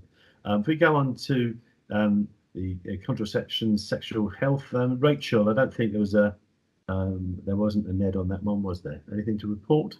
That's right. Sophie was still a NED designate at that point, so she's been joining the visit since then, but not that one. What an inspiring team! They were brilliant. It was fantastic to go and visit them in person and to meet them all. What was so impressive was that not only had they responded and not, suffered in terms of any of their performance data through COVID, but they had improved things dramatically and really transformed how they delivered their services, such that the improvements that they've made are ones that they won't go back from. So it was really brilliant to hear their enthusiasm and their energy, and also how much they felt that they'd been welcomed in their new directorate in CYP by Lisa Thompson. So it was a very, very positive visit. Oh, that's really good to hear. Well done. Thanks very much. Jo, please. Is that the service in Woolwich? Yeah, I just noticed. I remember visiting that service some years ago when it was in community services, and I saw this. The service would like to have some rooms allocated on the first floor to carry out telephone consultations, etc. I remember that being a recommendation at the time. So it would be really nice if we could actually do something about that this time. If feasible. If that's the case, Jo, they didn't mention it in that way. It seemed to be a new issue that they were encountering, but Lisa's definitely taking it away and discussing it with Rachel T. Evans, so we should get it fixed. I think they need to do more by phone now that they are doing remote triage and having appointments. So I think their model of delivery is slightly different to what it used to be, but it would be a real shame if we hadn't fixed it from last time. I completely agree, so I'll keep an eye on it. Well done, thanks very much. The Council of Governors paper is there. People, I take, has read it. Are there any questions on that? If not, can't see any. We're going to any other business. Can't see any other business on there. Well, thank you so much. I would particularly repeat my thanks to, well, all members of Oxleas staff, but all the executive colleagues here. I mean, just to listen to what we've been talking about today, the huge amounts of work, complex, difficult, challenging, at the same time with financial pressures, staffing pressures, and all the different aspects of the incredible time we've been having recently. And I just want to give our thanks from me and from the Neds to you all for everything that you do. I think it's been outstanding work, and thank you so much for. We'll come towards the end of this meeting now. You'll be pleased to know there's a part 2. Having finished bang on time yet again. If people would want, let's see, where are we? 44. Would 1450 be okay for colleagues who are reforming? So we say goodbye to members of the public, and we'll reform at 1450. Thanks very much indeed, everybody.